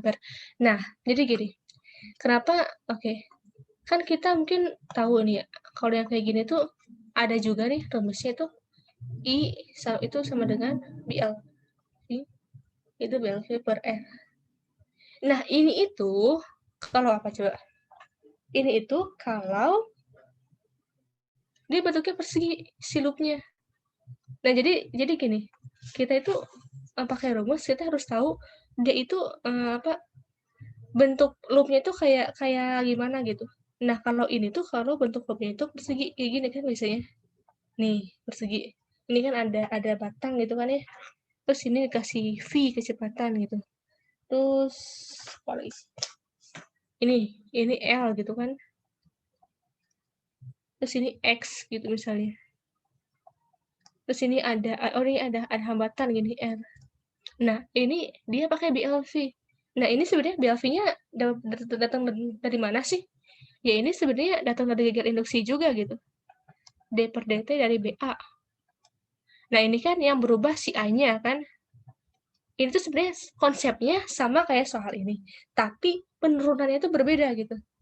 Jadi ini tuh rumusnya ini kalau loopnya itu bentuknya ya persegi panjang kayak persegi apa kayak pokoknya dia persegi lah gitu. Nah, tapi kalau ini segitiga, ini kan permukaannya kan segitiga, itu beda lagi. Kenapa? Karena luas A-nya itu berbeda. Nah, kalau misalnya dia persegi, nih, oke, kan kita tahu nih, dia loop nih, gitu ya. Si batangnya digerakin, berarti kan pasti kan A-nya yang berubah. Nah, B-nya konstan. Pertanyaannya A-nya itu berapa? A-nya itu berarti kan ini, panjang kayak lebar kan? Panjangnya L, lebarnya itu X. Nah, sekarang pertanyaan selanjutnya adalah X-nya itu berapa? Gitu. Oke, X-nya itu kan ya sama kayak tadi kita pakai GLB gitu kan, gerak lurus beraturan, kita dapat hubungan bahwa X sama dengan V kali T. Berarti kan L V T. Nah, terus ini kita turunin nih. Kita turunin terhadap T. Jadi kan BLV kan, BLV. Nah, berarti harusnya nanti dapat BLV per R gitu. Nah, itu bisa dipakai kalau dia permukaan loopnya itu ini, persegi. Tapi di sini kan segitiga. Nah, ini yang membedakan. Ini yang membedakan soal ini dengan yang kita pelajari di kelas gitu. Kan kalau di kelas kan kita kan tahu aja kan BLV per R. Yaitu karena dia untuk loopnya yang bentuknya persegi gitu. Tapi untuk yang segitiga beda lagi. Oleh karena rumus untuk luas A-nya itu kan berbeda gitu. Jadi kita harus tahu rumus itu digunakan tuh saat kapan gitu. Nah, kalau ada soal-soal yang asing kayak gini, ya kita harus menurunkan rumusnya tersendiri gitu. Kita nggak bisa pakai BLV ini. Karena kenapa? Ya karena luas A-nya tuh berbeda. A-nya berbeda, ya kok ya konfigurasi persamaan untuk A-nya berbeda kan. Maka persamaan untuk kegiatan induksinya juga berbeda. Kan kalau persegi ini kan ya kegiatan induksinya BLV. Tidak berpengaruh terhadap oleh T kan. Nah, tapi kalau segitiga itu dia luasnya itu dipengaruhi oleh T. Ya, maka kita turunin masih ada T-nya. Kan kalau tadi kan nggak ada T-nya. Gitu. Oke, sampai sini udah menjawab belum? Jadi nulisan itu kalau dia persegi. Kalau ini kan segitiga. Jadi berbeda bentuk bidangnya.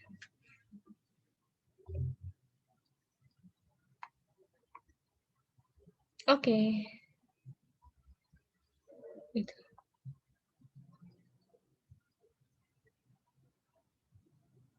Nah, kalau misalnya mungkin kalau bentuknya ya jarinjang, layang-layang, lingkaran itu juga berbeda. Dan kalau mau aman sih turunin rumus A-nya itu gimana nanti? Iya, nurunin rumus A, ya ini sih kayak hitung-hitungan matematika kayak biasa sih. Paling nggak jauh-jauh dari trigonometri. Terus nanti mungkin kalau lingkaran ya mungkin ada polar-polar dikit. Kalau lingkaran tuh kayaknya dia bakal berhubungan sama theta nanti. Ya gitu lah. Tergantung soalnya.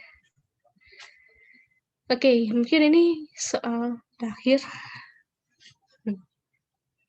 Oke, sebelumnya ada yang mau nanya lagi kan buat bahas soal ini dulu deh. Ada yang mau nanya lagi nggak?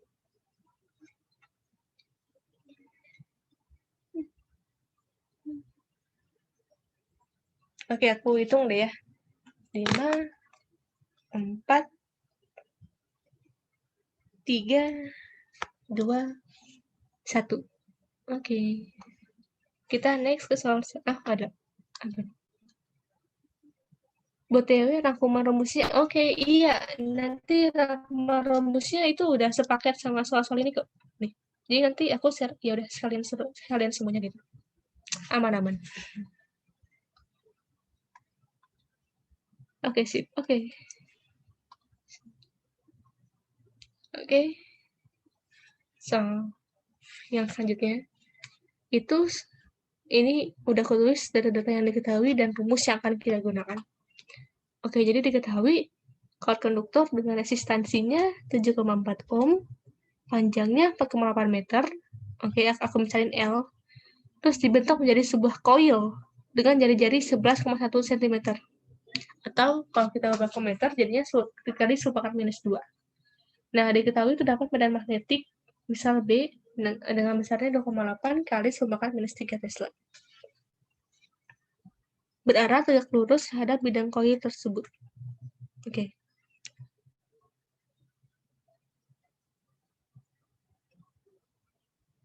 Nah, misalkan medan magnet, jadi medan magnetnya itu tiba-tiba berbalik arah.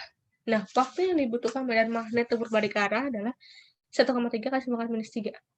Nah, harus rata-rata yang mengalir pada koil itu berapa gitu. Oke.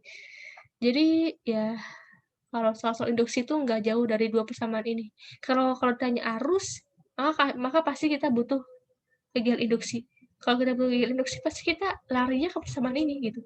Jadi ya kalau kita ditanya arus, nggak terlepas dari dua persamaan ini gitu.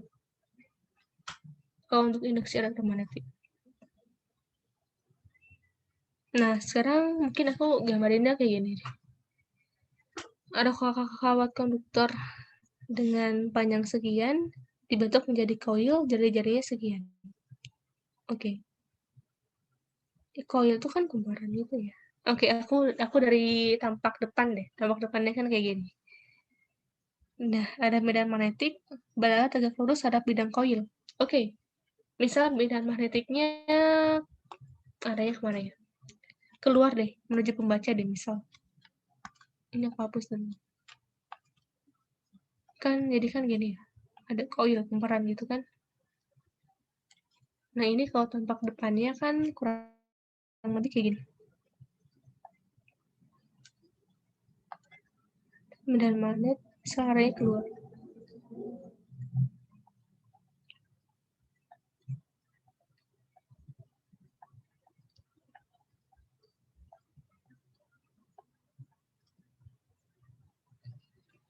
Oke, dan dia bilang bahwa medan magnetnya itu tegak lurus hadap bidang koil, yang artinya sudut antara medan magnet dengan vektor normal si koil adalah 0, ya kan?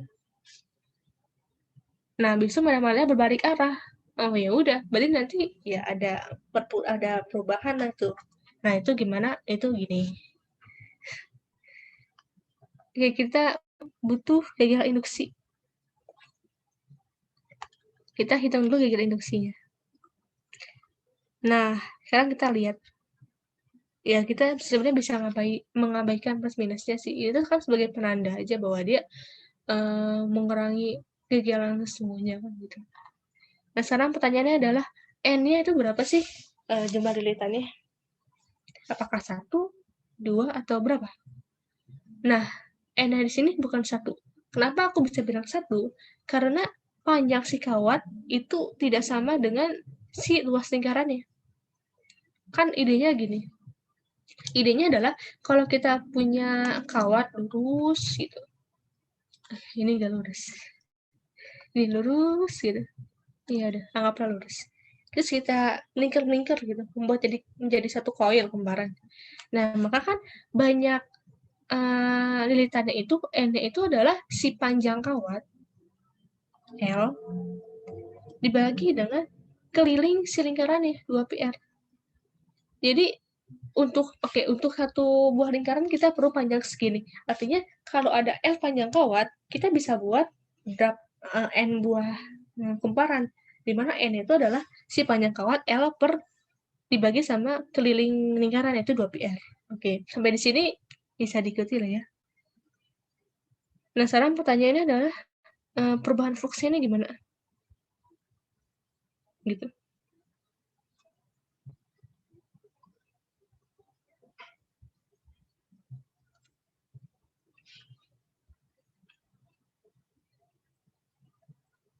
Nah, sekarang gini. Kan kita tahu kalau flux itu kan BA cos theta. Oke. Berarti kita bisa tulis ini BA. Aku lebih suka nulisnya delta apa ya? Delta cos theta per delta theta.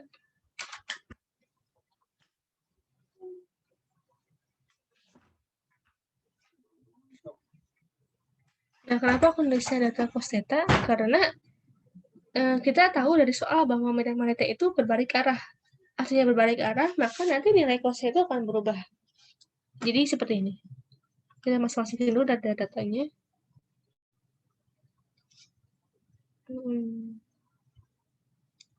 Tadi L-nya itu 4,8. Terus B-nya adalah 2,8 kali 10 pangkat minus 3. Habis itu A-nya adalah, oh sebentar, ini kan A-nya PR kuadrat ya. Ini luas si kumparannya. PR kuadrat. Oke, berarti kan gini. L per 2 PR dikali B PR kuadrat data cos theta per data T. Ini kita catat P-nya, habis itu R-nya kita catat. Berarti habis cari B dikali L, kali R, terus 11,1. Oke, ini data cos theta nanti dulu. Terus ini bagi 2, kali data T-nya adalah 1,4 kali 10 pangkat minus 3.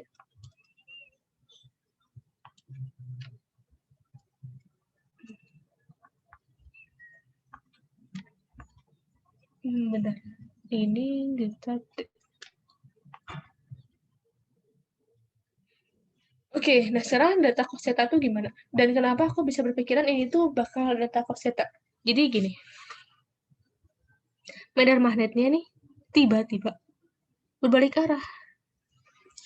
Dari yang awalnya adalah tegak lurus, ya sebenarnya sih masih tetap tegak lurus. Cuma kan arahnya itu kan bakal gimana. Jadi misal gini, karena kita nggak tahu arah medannya itu kemana, masuk atau keluar, pokoknya tegak lurus aja kan sama si kembarannya. Jadi aku asumsikan arah medannya itu keluar membaca gitu. Dan arah vektor normalnya juga keluar. Berarti kan pada awal nih, sebelum dia berbalik arah, ini sebelum medan magnetnya berbalik arah, ini kita tinjau dari tampak samping nih. Ini kan ada B keluar kan, terus ada vektor normal A-nya nih keluar nih. Artinya sudut antara B dan A itu adalah 0 derajat. Berarti tetanya adalah 0 derajat. Ini sebelum berbalik arah si medan magnetiknya. Nah, setelah berbalik arah medan magnetiknya, berarti ya udah B-nya itu bakal ke sana. Tapi kan vektor normal A-nya kan tetap ke sana kan. Artinya itu sudutnya berapa? 180 derajat. Nah, kenapa aku nulisnya data cos theta? Karena di sini yang berubah adalah sudutnya. Sudut si medan magnetiknya terhadap arah vektor normal bidangnya. Itu. Vektor normal kumparan. Jadi bukan B yang berubah, bukan A yang berubah, tapi adalah sudut tetanya. Kan kalau soal sebelumnya kan A-nya yang berubah. Ya, karena ini jelas banget. Kalau dia bergerak kanan atas, maka pasti nilai A-nya juga bakal berubah. Nah, ini perubahannya adalah karena si sudutnya gitu. Berarti ini oke deh, kita masukin minusnya. Nih, minus tadi. Sebenarnya nggak masukin juga nggak apa. Data cos theta akhir kurang awal. Akhirnya adalah cos 90 derajat gitu.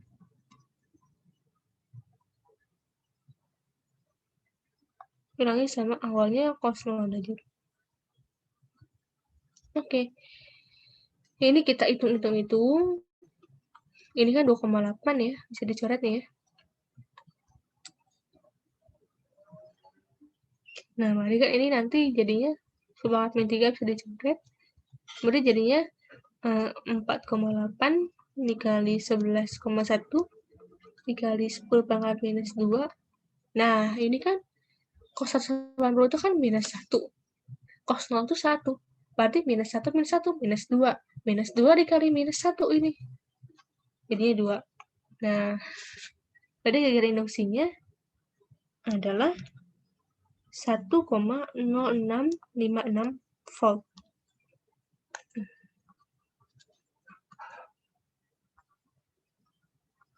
Nah, kita udah dapat gara induksinya. Maka I-nya harusnya itu adalah gara induksi per R kan. Tadi hambatannya 7,4. R-nya 1,0656 dibagi 7,4. Itu adalah 144 mA. Nah, berarti arus rata-rata yang mengalir pada koil pada selang waktu tersebut adalah ya 144 mA gitu. Gitu sih. Nah, mungkin variasi soal yang lainnya itu misal hambatan R-nya nggak diketahui. Misal kita diketahui hambatan jenis si kawatnya, ya udah, berarti untuk menentukan R, kita bisa menggunakan rumus R sama dengan rho L per A. Ini, kalau misalnya kita tahunya itu hambatan jenis dan diameter kawat. Nah, ini jangan ketukar A yang ini dengan A yang ini. A yang ini itu nih, ini adalah luas si koilnya gitu, luas permukaan kumparannya. Sedangkan A yang ini adalah luas penampang kawat, nih kecil banget nih penampang kawat. Kalau ini luas kawat, kalau ini luas permukaan nih koilnya nih, gitu. Jadi kalau kita nggak tahu nilai R-nya secara langsung, tapi kita tahu hambatan jenis kawat, dan kita tahu diameter kawat, kita pakai hubungan R hambatannya sama dengan rho L per A gitu. Oke, mungkin sampai sini ada yang mau tanyain dulu?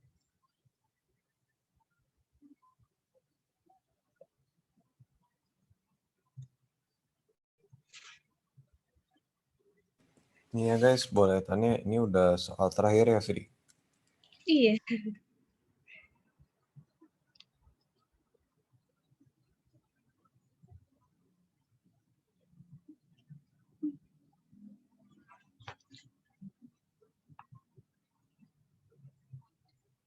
Mungkin aku back dulu.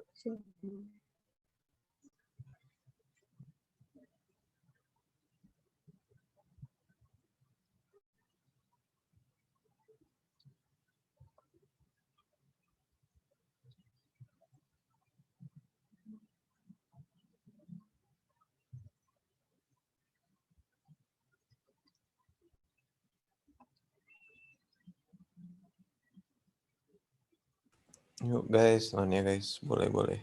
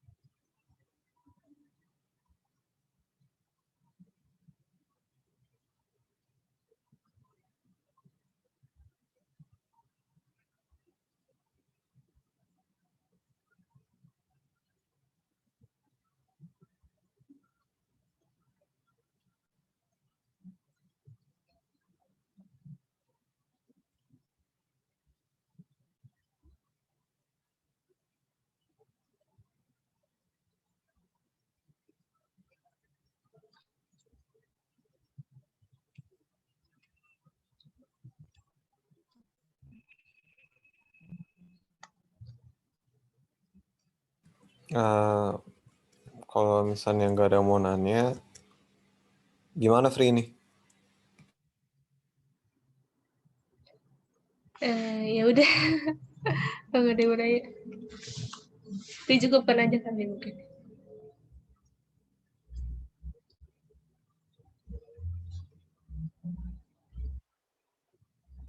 Oke guys, kalau gitu ini